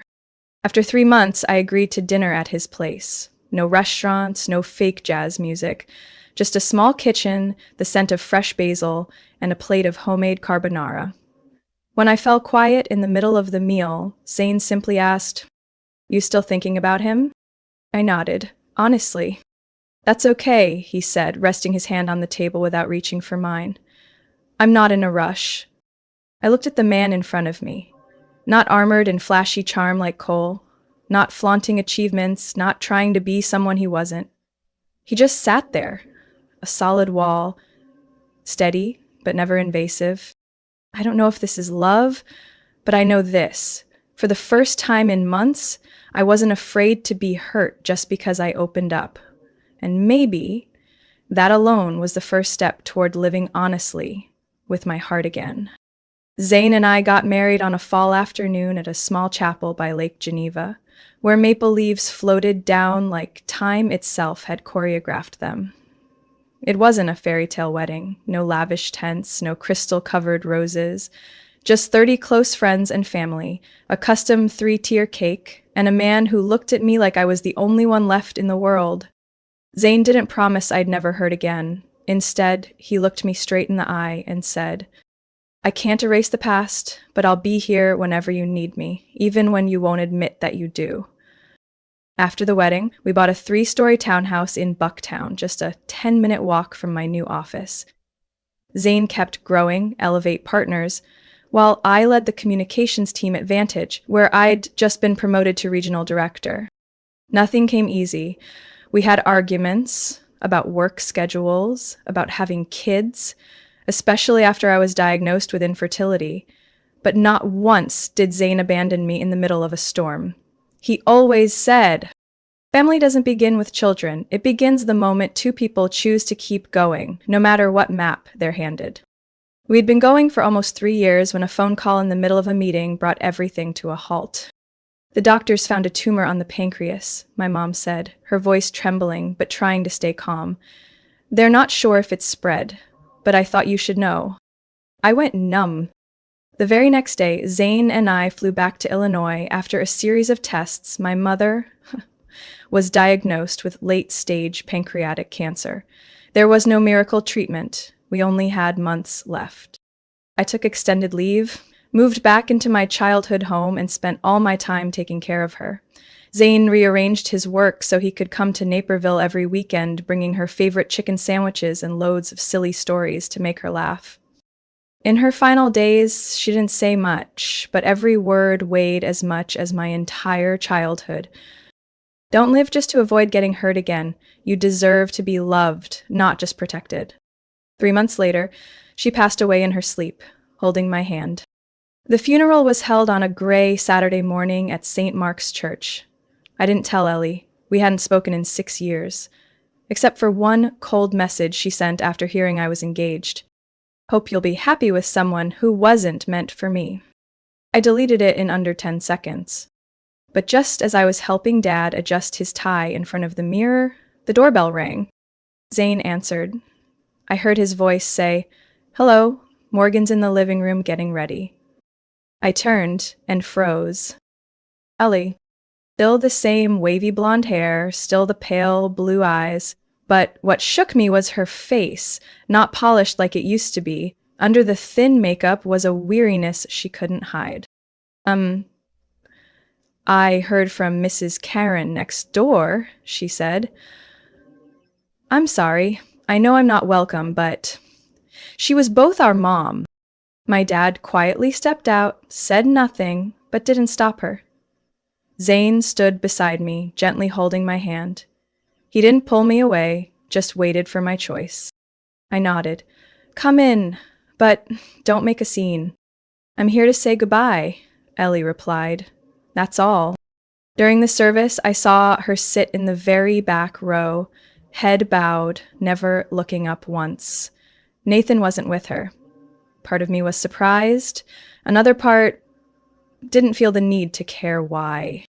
What I didn't expect was that after the service, Ellie quietly approached my father and said, I'm sorry for everything. I hope you've been well.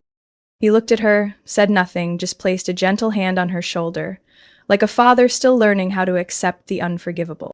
As Zane and I headed to the car, Ellie appeared beside me again, this time holding a small envelope. I know you might never read this, but I wrote it for Mom, and if you want to keep it, keep it. If not, you can throw it away. I took it, didn't promise anything. As the car rolled past the bare trees lining the road out of the cemetery, I stared out the window. I didn't feel the same rage as before. I hadn't forgiven. But somehow, some part of me no longer needed to hold on to that fury. I didn't expect to see Ellie again so soon after Mom's funeral, but 3 weeks later, I got an email from Dad. The church is holding a private memorial for your mom on Sunday afternoon. The family will be there. If you're free, stop by. I hesitated, but eventually decided to return to Naperville. Partly out of respect for Mom, partly because I needed to see what Ellie wanted. The service was held in a small chapel, quiet and dignified. Zane and I arrived early to help Dad set up the photo frame and arrange a few guest books. Everything felt calm, until Ellie walked in with Cole. He wore a charcoal suit, hair slicked back with gel, one hand lightly resting on Ellie's back like he was leading a press conference. She stood out in a deep-cut black gown, metallic stilettos, and a tiny Chanel clutch. You haven't changed much, Ellie said, scanning me from head to toe. Still going for that modest aesthetic, huh? I smiled and stayed silent. Zane gave my hand a gentle squeeze as if to say, don't let her drag you into a cheap fight. But Ellie didn't stop. Chicago seems to suit you. I see you've kept your figure. Though it must be lonely living alone, 38 and still no kids, no real stability. Meanwhile, she glanced at Cole meaningfully, just bought our second vacation home in Santa Barbara. Private beach and all. Cole stayed silent, but there was something off in his eyes. Not the usual polished gleam. I lifted my head and smiled. Sounds like you're doing really well. Is he still investing in tech? Oh, of course, Ellie jumped in. Just backed a new digital education platform last month. And we recently signed a consulting deal with a healthcare startup. That's when Zane stepped up beside me and gently placed a hand on my shoulder. Like perfect timing. I turned to him and smiled. You haven't met my husband yet, right? Let me introduce you. This is Zane Foster, co-founder of Elevate Partners. Both Ellie and Cole froze. Cole squinted, mouth opening like he was about to say something, then closed again. His expression shifted. He no longer looked like the confident man who walked in, but someone who just saw a past he didn't dare confront. Zane gave a courteous nod. Cole, been a while. I glanced over, lips curling slightly. Oh, you two know each other? Zane replied evenly. Yeah, about 7 years ago when I invested in Mediatron and he went with Streamwell.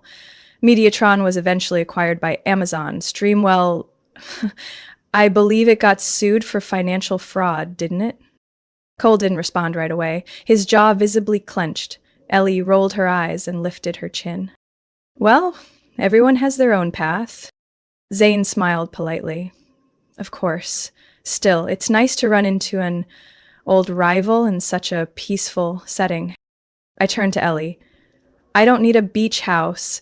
I have a man who doesn't need to prove his worth with assets and who knows when to step back so I can step forward. You, on the other hand, are still using the same formula from 6 years ago. She flushed red. I said nothing else. Didn't need to. What I once craved, recognition, validation, proving I was better than her, meant nothing to me now. On our way out, I spotted Cole standing alone in the church courtyard, talking on the phone. Zane walked over, not to interrupt, just quietly said, "Doesn't know you already know everything. But I think today you showed them that the real sting isn't betrayal. It's watching someone you look down on thrive, without ever stooping to revenge." I nodded, eyes drifting toward Ellie, whisper fighting with Cole by the flower fence. I didn't feel triumphant, just light. I thought everything had closed when the memorial ended. Zane and I returned to Chicago early the next morning, feeling light, like we had just shut an old door. I didn't think Ellie would reach out again. But then, 2 weeks later, I got a message from an unknown number, just 3 words. So sorry.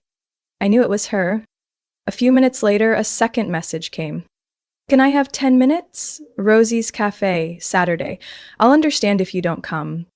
I hesitated. Part of me wanted to ignore it, but there was something in her tone, not flowery, not fake, that made me feel I should listen.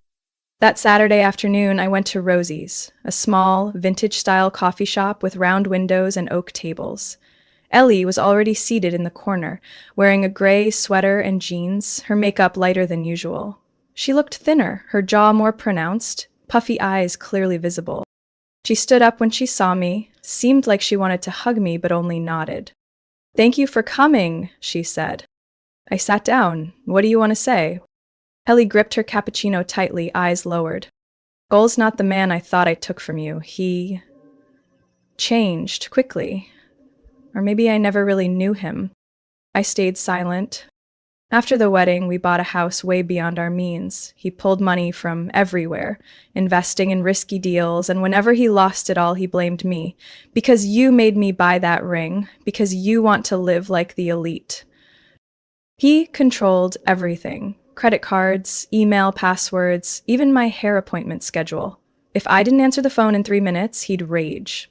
Once he yelled at me at a charity dinner because I complimented a dish the waiter recommended.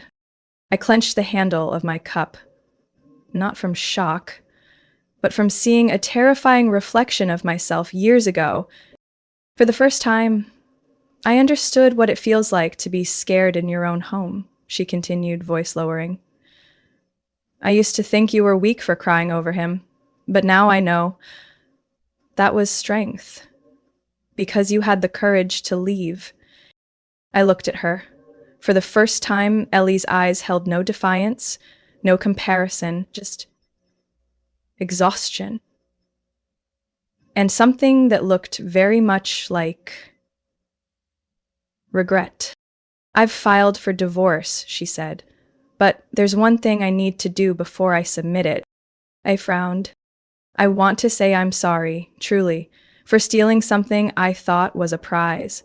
I didn't just betray you, I betrayed the trust you once gave me." Wind blew against the cafe windows, fluttering the curtain. Jazz music played softly, like any other afternoon, but time seemed to pause between us. I set my hand on the table, not touching her, but I said, "You don't need to apologize for being unhappy, but you do need to apologize for knowing exactly what you were doing and doing it anyway." Ellie nodded, her eyes welling up. "I know. I'm not promising forgiveness," I said plainly. "That wound doesn't heal easily, but I won't hate you anymore." That's enough. She let out a soft laugh, half tears. That's more than enough. Before leaving, she pulled a small, fabric-wrapped box from her purse. Remember the ceramic hair clip Mom gave you when you got into college? The Japanese one you loved. I stole it years ago, just out of jealousy. I've kept it all this time, but now I want to return it. I took the box, my chest tightening. I remembered the morning I searched the whole house, thinking I lost it somewhere on the street. I said nothing, just nodded. As Ellie walked away, her figure shrank in the golden light. She was no longer the woman who once strutted into my engagement party full of pride, but someone peeling off the masks she'd worn for so long. I didn't know if she could start over, but for the first time, I saw the real Ellie. No performance, no resentment, just a broken woman trying to piece herself back together. And I, Morgan Layton, realized that some truths aren't corrected with words, but through quiet action, over time. The first winter after my mother's funeral passed in quiet gentleness. I spent many weekend afternoons just staying in, brewing chamomile tea, playing instrumental music, and rereading pages from the notebook she left behind. Some days the grief was so heavy it took my breath away, but instead of running from it, I learned to sit with it, like an old friend, unavoidable, but no longer feared. Zane always knew when to stay quiet and when to speak. One night, as I finished the dishes, he walked over, hugged me from behind, and whispered, "I know you don't say it, but your mom must be so proud." I didn't answer. I just leaned my head on his shoulder, a strange calm washing over me. Around early March, I noticed something felt different. Maybe it was work, maybe the weather, but I was more tired than usual, barely eating, and constantly nauseous. Zane suggested a pregnancy test, and I nearly laughed. We had tried for a year, with every doctor, every test, every cycle of hope and heartbreak, until we were drained. When all efforts only led to exhaustion, we chose to stop. Not to give up, but to accept. Happiness didn't have to come in one particular shape. But that morning, when the 2 lines appeared on the test, I stood frozen. I didn't cry, I didn't scream, I just held it tightly in my hand, afraid that letting go might make it vanish. Zane found me sitting on the bathroom floor, shaking, unable to speak. He knelt, looked at me, and softly asked, "Is it?" I nodded, laughing through tears. "I think we're about to start a new adventure." The news of pregnancy came like a gift from the universe, unannounced, unexplainable, but deeply meaningful. And strangely, I wasn't afraid. I didn't feel the need to brace myself against hurt. For the first time, I wanted to soften, to believe something good was coming. I told my father, and he cried. For the first time since Mom passed, he didn't try to hide it. "He must be jumping for joy up there," he said, voice trembling. I also sent a short message to Ellie. "What would you say if I told you I'm going to be a mom?" She called immediately, voice choked. "Are you serious?" "Yes, and this child, I believe, will never grow up under the shadow of comparison or resentment like we did." Ellie was quiet for a long time. Then she said, "I'm happy for you. You've deserved happiness for a long time." We weren't close again, but we learned to listen. Sometimes she'd call asking about small things, which blender to buy, or whether to take a job at a smaller but more meaningful firm. Each time, the space between us grew just a little smaller. In June, Zane and I moved into our new home in Evanston, a small vintage house with a backyard wide enough for lavender and a few tomato beds. The nursery was painted a pale yellow, with a sunlit window and a rocking chair I placed near the bookshelf. I planned to read to our baby every night, starting with Where the Wild Things Are, the same book my mother read to me when I was sad. One afternoon, as I was folding baby clothes, Zane walked in and wrapped his arms around me like always. He whispered, "We've come a long way." I looked at him and smiled. From first heartbreak to grown-up love, from a canceled wedding to a new calling. I was no longer the Morgan who collapsed in the bathroom after seeing her fiancé and sister betray her. I was no longer the woman constantly trying to please everyone. Now as a mother-to-be, a wife loved the right way, and a woman who had learned that sometimes pain isn't the end, but the beginning of a journey to rediscover yourself through growth and grace. Morgan's story is proof that sometimes the deepest wounds open the door to the strongest rebirths. In real life, any of us can stumble because of betrayal, loss, or the mistakes of loved ones, but it's how we rise, face the pain, and rebuild our lives based on what we believe is right that truly defines us. Forgiveness doesn't mean forgetting. It means letting go so we can move forward, freer, more at peace, and more deserving.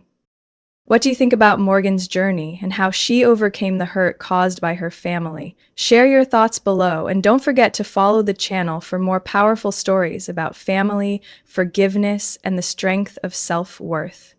I never imagined I'd witnessed my daughter collapse on stage, under the spotlight, and the sound of applause. But that evening, in the auditorium of Greenville, South Carolina, the memory etched into my mind like a knife's edge. My daughter, Ella, 12 years old, was performing Chopin's Nocturne at the statewide talent competition. She'd practiced for 3 months straight, every night, without a single complaint. When her small fingers began gliding over the keys of the Steinway, the entire hall held its breath. Then, everything fell apart. Ella's hands froze mid-piece, her body trembled slightly, then suddenly crumpled to the stage floor like a leaf whipped by the wind. I screamed, my heart nearly stopped. Ella, Ella. I shot up from the third row, heels pounding against the wooden floor as I rushed onto the stage. Someone shouted, "Call an ambulance!" But I was already kneeling beside her. Her skin was pale, her forehead drenched in cold sweat. Her breathing was rapid. My hands shook as I opened her bag, digging for the pill case. Ella was born with a heart condition. Her medication was non-negotiable. I had checked it myself before we left the house. I handed her the pill, watched her swallow it with water. But when I opened the case, there were no pills. Only small white tablets, identical in shape. Sugar candy. My blood ran cold. "And some coal 911, I screamed. A sharp voice cut through from backstage. "Oh, for God's sake, Vic, don't be dramatic." I turned abruptly. It was my sister, Stephanie. Arms crossed, wearing a fiery red silk dress, that same smug expression she'd worn since high school. "She's just nervous," she shrugged. "Maybe she needs a lesson in humility." I jumped to my feet and faced her. "What did you do?" "Oh, come on," Stephanie scoffed. "The kid acts like she's Mozart reincarnated. A dose of reality might help. Everyone needs to be put in their place, right?" I couldn't believe my ears. "She's 12 years old," I nearly shouted. Just then, my mother Lorraine emerged from the audience, face perfectly made up, glaring with disapproval. Into Victoria, "What are you doing making a scene like this? The girl just got a little emotional. Why are you shouting?" I stared at her, stunned. "Mom, she needs emergency care. Someone tampered with her meds." "Don't call an ambulance," she hissed. "Stephanie's wedding is next week. We don't need a scandal ruining the family's reputation." My hands trembled, but my resolve didn't. "If you don't care, fine, I'm still her mother." I dialed 911. When the dispatcher asked for location and condition, my voice steadied.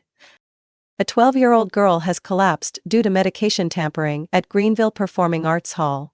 We need an ambulance immediately." As I lowered the phone, Stephanie stepped out of the shadows, her smirk faltering. "You're really going through with this, over a little dizziness?" I turned to her, my eyes cold. "Not because she was dizzy. Because she nearly died. And because you did it on purpose." The room fell silent. Whispers spread through the audience. EMTs rushed in and lifted Ella onto the stretcher. I clutched her hand, feeling her tiny fingers grip mine, her anchor, in the middle of chaos.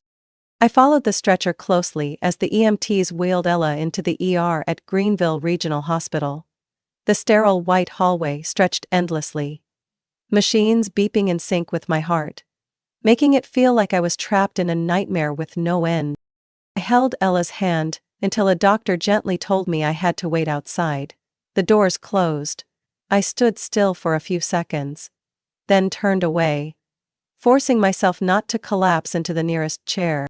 Less than 5 minutes later, my mother arrived, still in her cream tweed dress, perfectly styled hair, flawless red lipstick. Loren Madsen. A woman who cared more about appearances than truth. Victoria, I hope you didn't call the police. Her tone light, like she was discussing chrysanthemums. This could spiral if the media picks up even a hint of drama. I turned, eyes still red. She nearly died, Mom, do you understand that? But she didn't. She emphasized. And this is something we can handle privately, within the family. I scoffed. Handle it how? Like when Stephanie stole my car at 17, crashed it into the neighbor's fence, and you told everyone it was me. Her expression flickered. That's irrelevant. It's entirely relevant, I said hoarsely. You've been shielding Stephanie.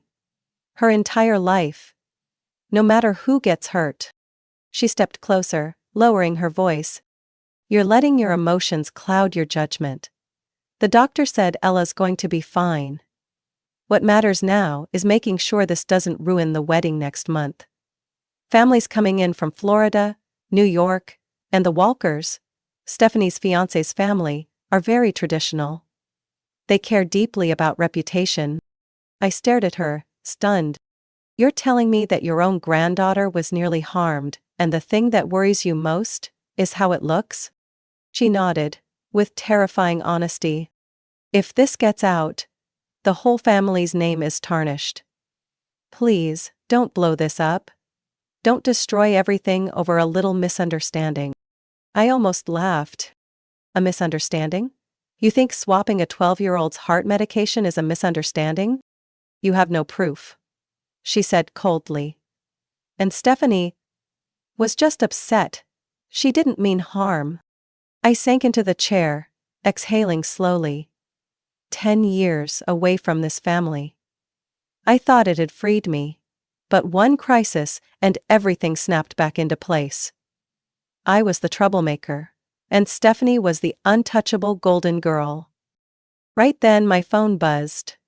A text from the doctor. Ella is stable. We're waiting on test results. I took a screenshot, stood up. I'm staying until Ella fully recovers. Whatever conversation you want to have, we'll have it later. But right now, don't speak to me. My mother stood there, silent. But as I walked away, I heard her murmur behind me. The price for your stubbornness will be steep, Victoria. I didn't turn around. And the price for your silence will be even steeper. I returned to the waiting room, clutching my phone like a lifeline. I knew Stephanie wouldn't stop. And I was certain my mother would do everything she could to bury this. But I had changed too. I was once the daughter who bowed her head, avoided conflict, let things slide. But the moment I saw Ella's body collapse on that stage, I knew I would never be silent again. No matter the cost. The next morning, as sunlight angled through the hospital window, and Ella still slept peacefully, I opened my laptop and started reviewing the documents my father had left behind.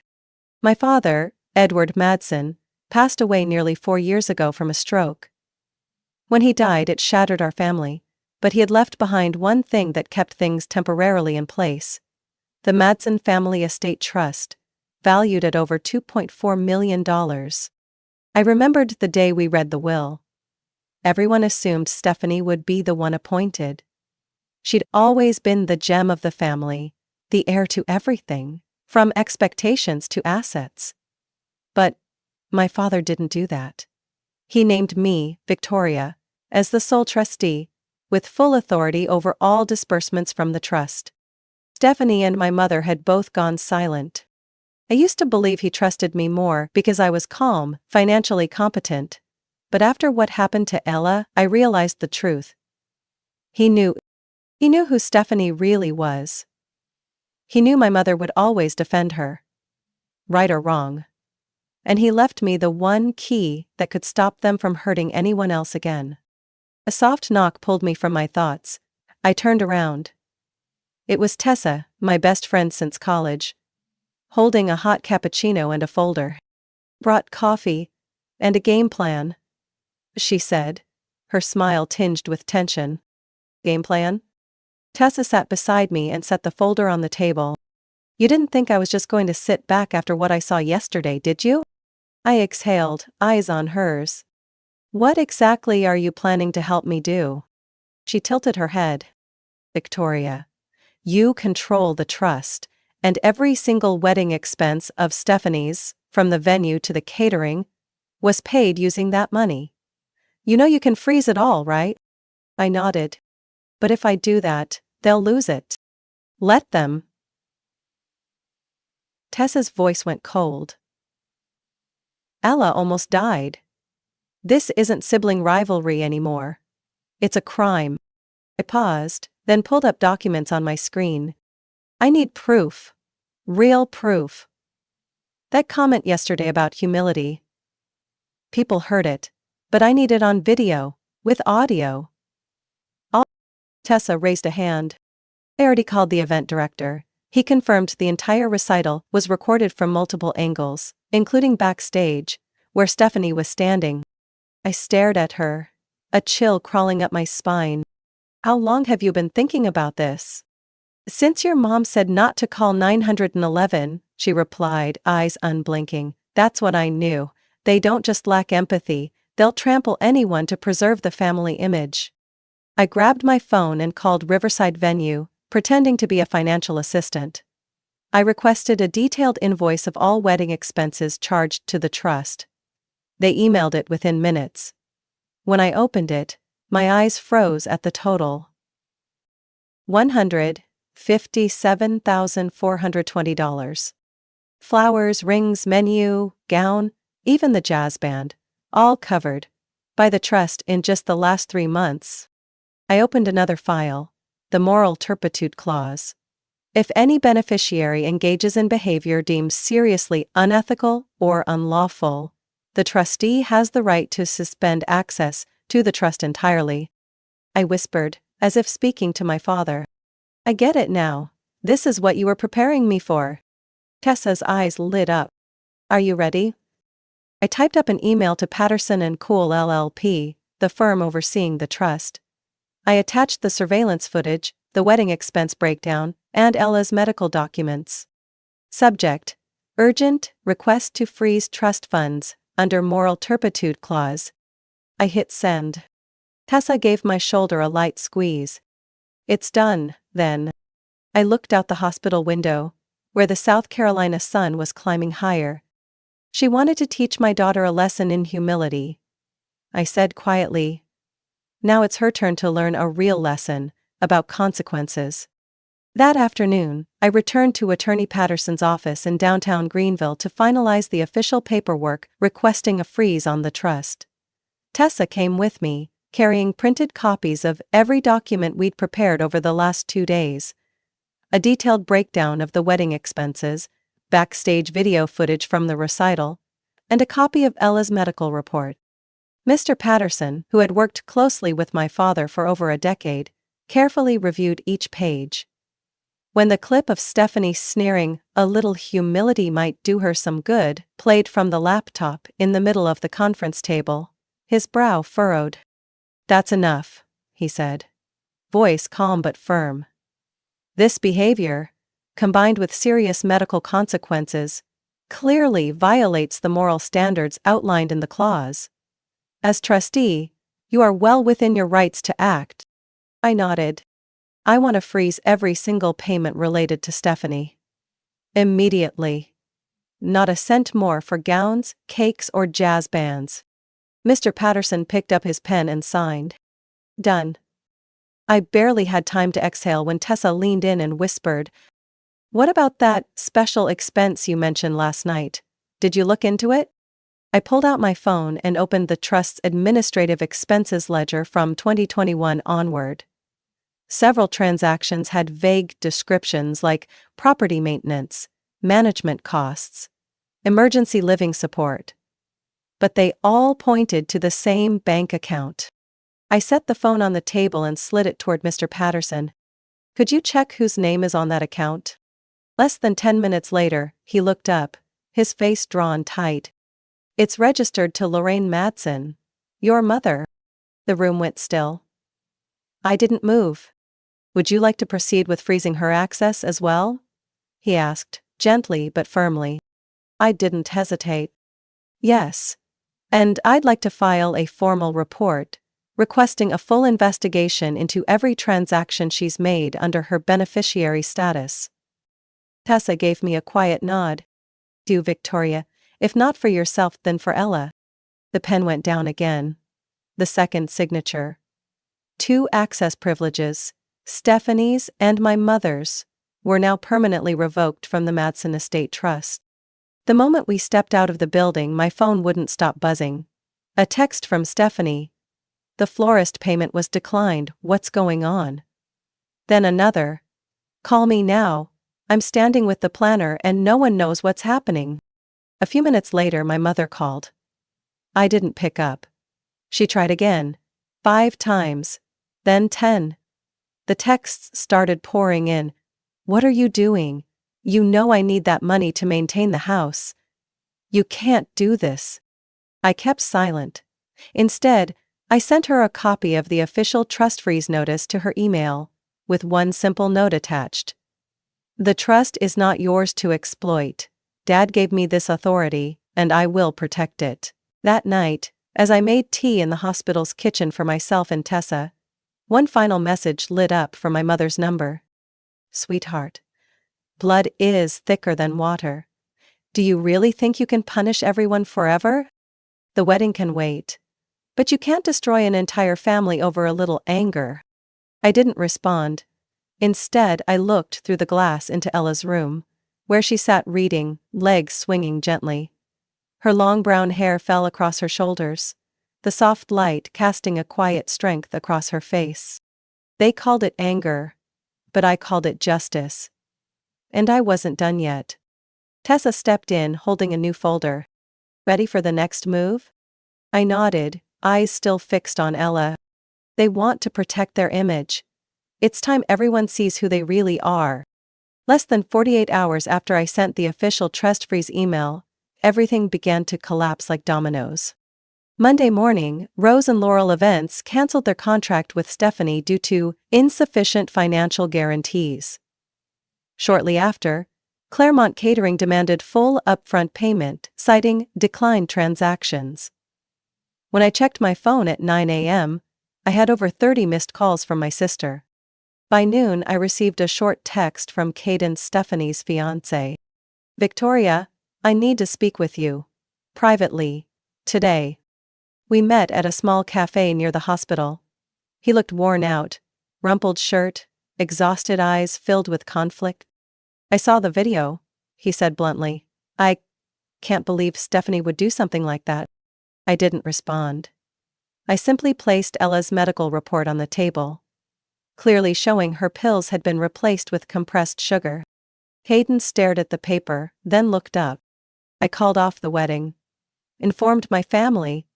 Cancelled the venue, returned the ring. He paused, then spoke as if the words hurt to say. I can't marry someone who would harm a child just to protect her ego, even if she was someone I once loved. I gave him a quiet nod. No satisfaction. No revenge. Just the quiet truth that right had finally been recognized. But my family doesn't go down quietly. 3 days later, Stephanie and my mother held a replacement wedding at Pine Creek Country Club. A reception rebranded as a celebration of resilience. They sent new invitations to over 60 guests, distant relatives, high school friends, and a few influential community members. My mother, still in her ivory Chanel pearl bracelet from my grandmother on her wrist, stood by the champagne fountain as if nothing scandalous had ever touched her life. Stephanie wore a simple white dress and a sheer veil, no groom, yet still called it her personal milestone day. Tessa and I arrived early, carrying what wasn't on their guest list: evidence. I walked straight into the ballroom, black document case in hand. The room fell silent as people turned to look at me. whispering began. My mother rushed over. Victoria, you are not welcome here. I met her gaze. Don't worry, I'm not here to party. I'm here to end this charade. Stephanie yelled from across the room. What are you doing here? Come to humiliate me again? I didn't answer. I walked to the center of the room, raised my voice just enough. Ladies and gentlemen, if you're wondering why there was no wedding, no groom, here's your answer. I opened my case, pulled out a USB, and handed it to the sound technician. Please play this clip, it's under a minute long. When Stephanie's voice echoed from the speakers. That girl needs to learn some humility. She's not as special as she thinks she is. The room fell into stunned silence. I continued. This audio was recorded backstage during the recital, moments before my daughter Ella was hospitalized due to medication tampering. Then came the medical report visuals, doctor's name, diagnosis, and a breakdown of all wedding expenses the trust refused to pay. I'm not here for revenge, I'm here to protect my child, and to speak the truth. Right then, Caden walked in. He didn't say a word, just walked up to the center table, placed the engagement ring down, and quietly left. Stephanie crumbled where she stood, eyes glassy, voice shaking. This wasn't entirely my fault. My mother stood frozen, face pale. I pulled out the second folder. A financial statement clearly showing her unauthorized withdrawals into a personal account. Her hands trembled. The house you currently live in is owned by the trust. That property is being repossessed. You have 30 days to vacate. Some guests rose quietly and exited. Others sat in stunned silence. The entire room chilled under the weight of undeniable truth. I packed my documents and turned to leave. No one stopped me. On our way to the parking lot, Tessa asked, "How do you feel?" I looked toward the clubhouse, its lights fading behind us. Relieved. But it's not over. My mother still has one move left. And I'll be ready when she plays it. 3 weeks after the replacement wedding collapsed, Ella was discharged from the hospital with a stable heartbeat and the brightest smile I'd seen in months. She returned to her music class at the Greenville Art Center, where her former teacher welcomed her back with a warm hug and a new piano gifted anonymously by a generous donor. She didn't ask much about what had happened, but I knew Ella understood. She understood who hurt her, and who stood up to protect her, no matter the cost. I'll never forget the morning she sat at the piano again. It was a quiet Saturday, sunlight spilling through the windows of our new apartment. 2 bedrooms, rented after I moved out of the house my mother once called the family estate. Ella placed her hands on the keys, paused for a moment, then gently began to play River Flows in You. No one said a word, but tears streamed down my face. I knew my mother was still trying to reverse the outcome. She sent letters through her lawyer, claiming the trust freeze was emotional, lacking compassion. At one point she even contacted my father's former staff to apply pressure. What she didn't expect was that I had already moved ahead. With the help of Tessa and Patterson, I officially redirected a portion of the Madsen Family Estate Trust toward a new purpose, a fund for medical and educational support for underprivileged children in South Carolina. Under its new name, the Ella Hope Fund, the trust partnered with Greenville Children's Hospital to launch a music scholarship program for pediatric patients in long-term care. During the program's first week, Ella and I visited the hospital to meet the first children receiving aid. One of them, a shy 6-year-old girl named Maddie with bone cancer, lit up as she listened to Ella play. After the short performance, my daughter whispered, "Mom, can I come back every week? It makes me happy to see them smile." I nodded, squeezing her hand gently. "You're not just playing music, Ella. You're healing. Not just yourself, but others too." At the beginning of the next month, I received a letter from Stephanie. Her handwriting still neat, but the words, hollow. She apologized, vaguely citing mental stress, to explain her behavior. At the bottom, A single line. I hope you'll give me a chance to make things right. I didn't respond. Not out of hatred, but because I finally understood. Some mistakes can't be undone with words, especially when the person making them has never truly accepted responsibility. A week later, my mother showed up unannounced at Ella's school.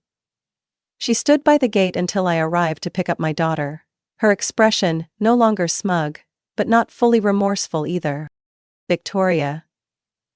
I just want to talk. I'm not here to argue. I stood protectively between her and my child. If you really cared about Ella, you wouldn't show up here. I've lost everything, she whispered. The house, the reputation, all my connections. I have nothing left. I looked at her, no longer hurt, just quietly firm. But you still have one thing, if you want to keep it. A chance to start over. But not by pretending nothing happened. If you want redemption, it starts with truth, and accepting the consequences of what you've done. She didn't respond. She just turned and walked slowly toward the parking lot, her figure smaller beneath the fading afternoon light. Ella tugged at my hand. Mom, can we go home early? I want to play the swan for you. I smiled. I'm always ready to hear you play no matter what piece it is. That evening, I sat in my small home office, updating the new website for the Ella Hope Fund. On the About page, I typed, "From the heart. We don't build legacies with money, we build them with compassion. And sometimes, family isn't where you're born. It's where you choose to love and protect." As Ella played her opening notes in the next room, I closed my eyes, letting the music wrap around me. They once called me the one who broke the family apart. But I knew the truth. I was simply the one who chose to live by my values. To protect the one child in my life, who should never have to suffer because adults chose silence. And in that silence, I found the most beautiful thing life could offer. Justice, peace, and a real family. Small, but unshakable. Autumn wind swept across the small field behind St. Jude Church, where my father's grave rested beneath a century-old maple. Every year around this time, Ella and I returned with a bouquet of white chrysanthemums, a tiny ukulele, and one special item. This year, something my daughter insisted on bringing herself. Ella walked slowly along the mossy stone path, holding a clear plastic box. Inside was a single round sugar candy, white, opaque, just like the one someone once swapped into her heart medication. But today, it carried no fear. She knelt beside the engraved stone. Edward Madsen. A father, a mentor, a man who saw truth when others looked away. Ella placed the candy beside the largest chrysanthemum. Grandpa, I still play music every week. I'm not afraid anymore. I held her hand, feeling its warmth. The same hand that had once clutched mine on a hospital bed, cold and trembling. He'd be proud of you, I whispered. And of the decision he made when he left me that responsibility. Ella looked up, her eyes shining.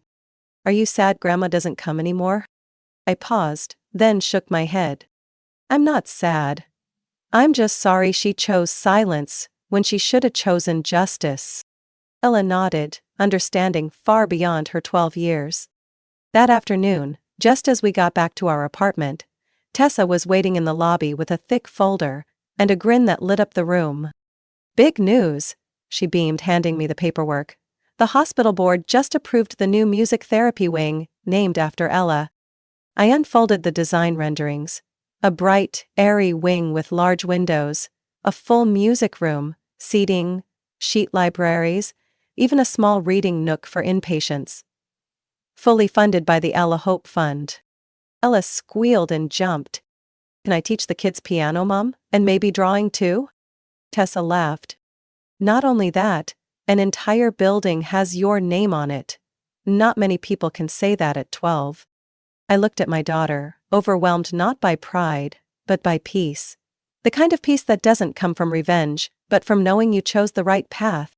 Not payback, just prevention. The following week, Ella returned to Greenville Children's Hospital, as their youngest ever music volunteer. Every Wednesday afternoon, she sat in a cozy corner of the common room, playing soft melodies for kids going through chemotherapy. Some cried, some fell asleep, some just watched. But they all stayed, as if Ella's music wove a thread between weary hearts. And I sat nearby, next to Tessa, filming every note, every blink, every small smile, so we'd never forget how far we'd come out of the dark. One night, after Ella had fallen asleep, I sat alone in the living room updating the Foundation's website. My final line typed slowly, deliberately. We don't exist to revisit pain. We exist to transform it into possibility. For every child, a new melody, a new chapter. And for every mother, like me, a place to begin again. My phone buzzed, a message from Attorney Patterson. Lorraine Madsen has withdrawn her appeal. The house is now officially under trust control. We've contacted an orphan care organization to repurpose the space. I closed my eyes. A fitting end. No dramatic apology. No tearful reconciliation. Just a quiet, reasonable conclusion. The next morning, on the way to the hospital, Ella looked back and asked, "Mom, can we call this home?" "You mean the apartment?" I asked. She shook her head. "No. The place where people listen to me play. Where the kids call me Miss Ella. Where you smile more." I smiled. "Then yes, this is home. Not the place we were born into, but the place we chose to build." She nodded and pulled me inside. The sunlight trailed behind us with every step, as if the sky itself agreed. Family is a choice, and this time we chose right. Victoria's story reminds us that justice isn't about revenge, it's about standing up for what's right, especially when it involves those we love most. In real life, many stay silent in the face of injustice, out of fear of breaking family ties. But that silence often enables the harm to continue. Speaking up, setting clear boundaries, and choosing love with conditions isn't just a right, it's a responsibility, because family isn't defined by blood, but by respect. What do you think of Victoria's choices and how she protected her daughter? Share your thoughts in the comments, and don't forget to follow the channel for more powerful stories about family, justice, and finding your voice.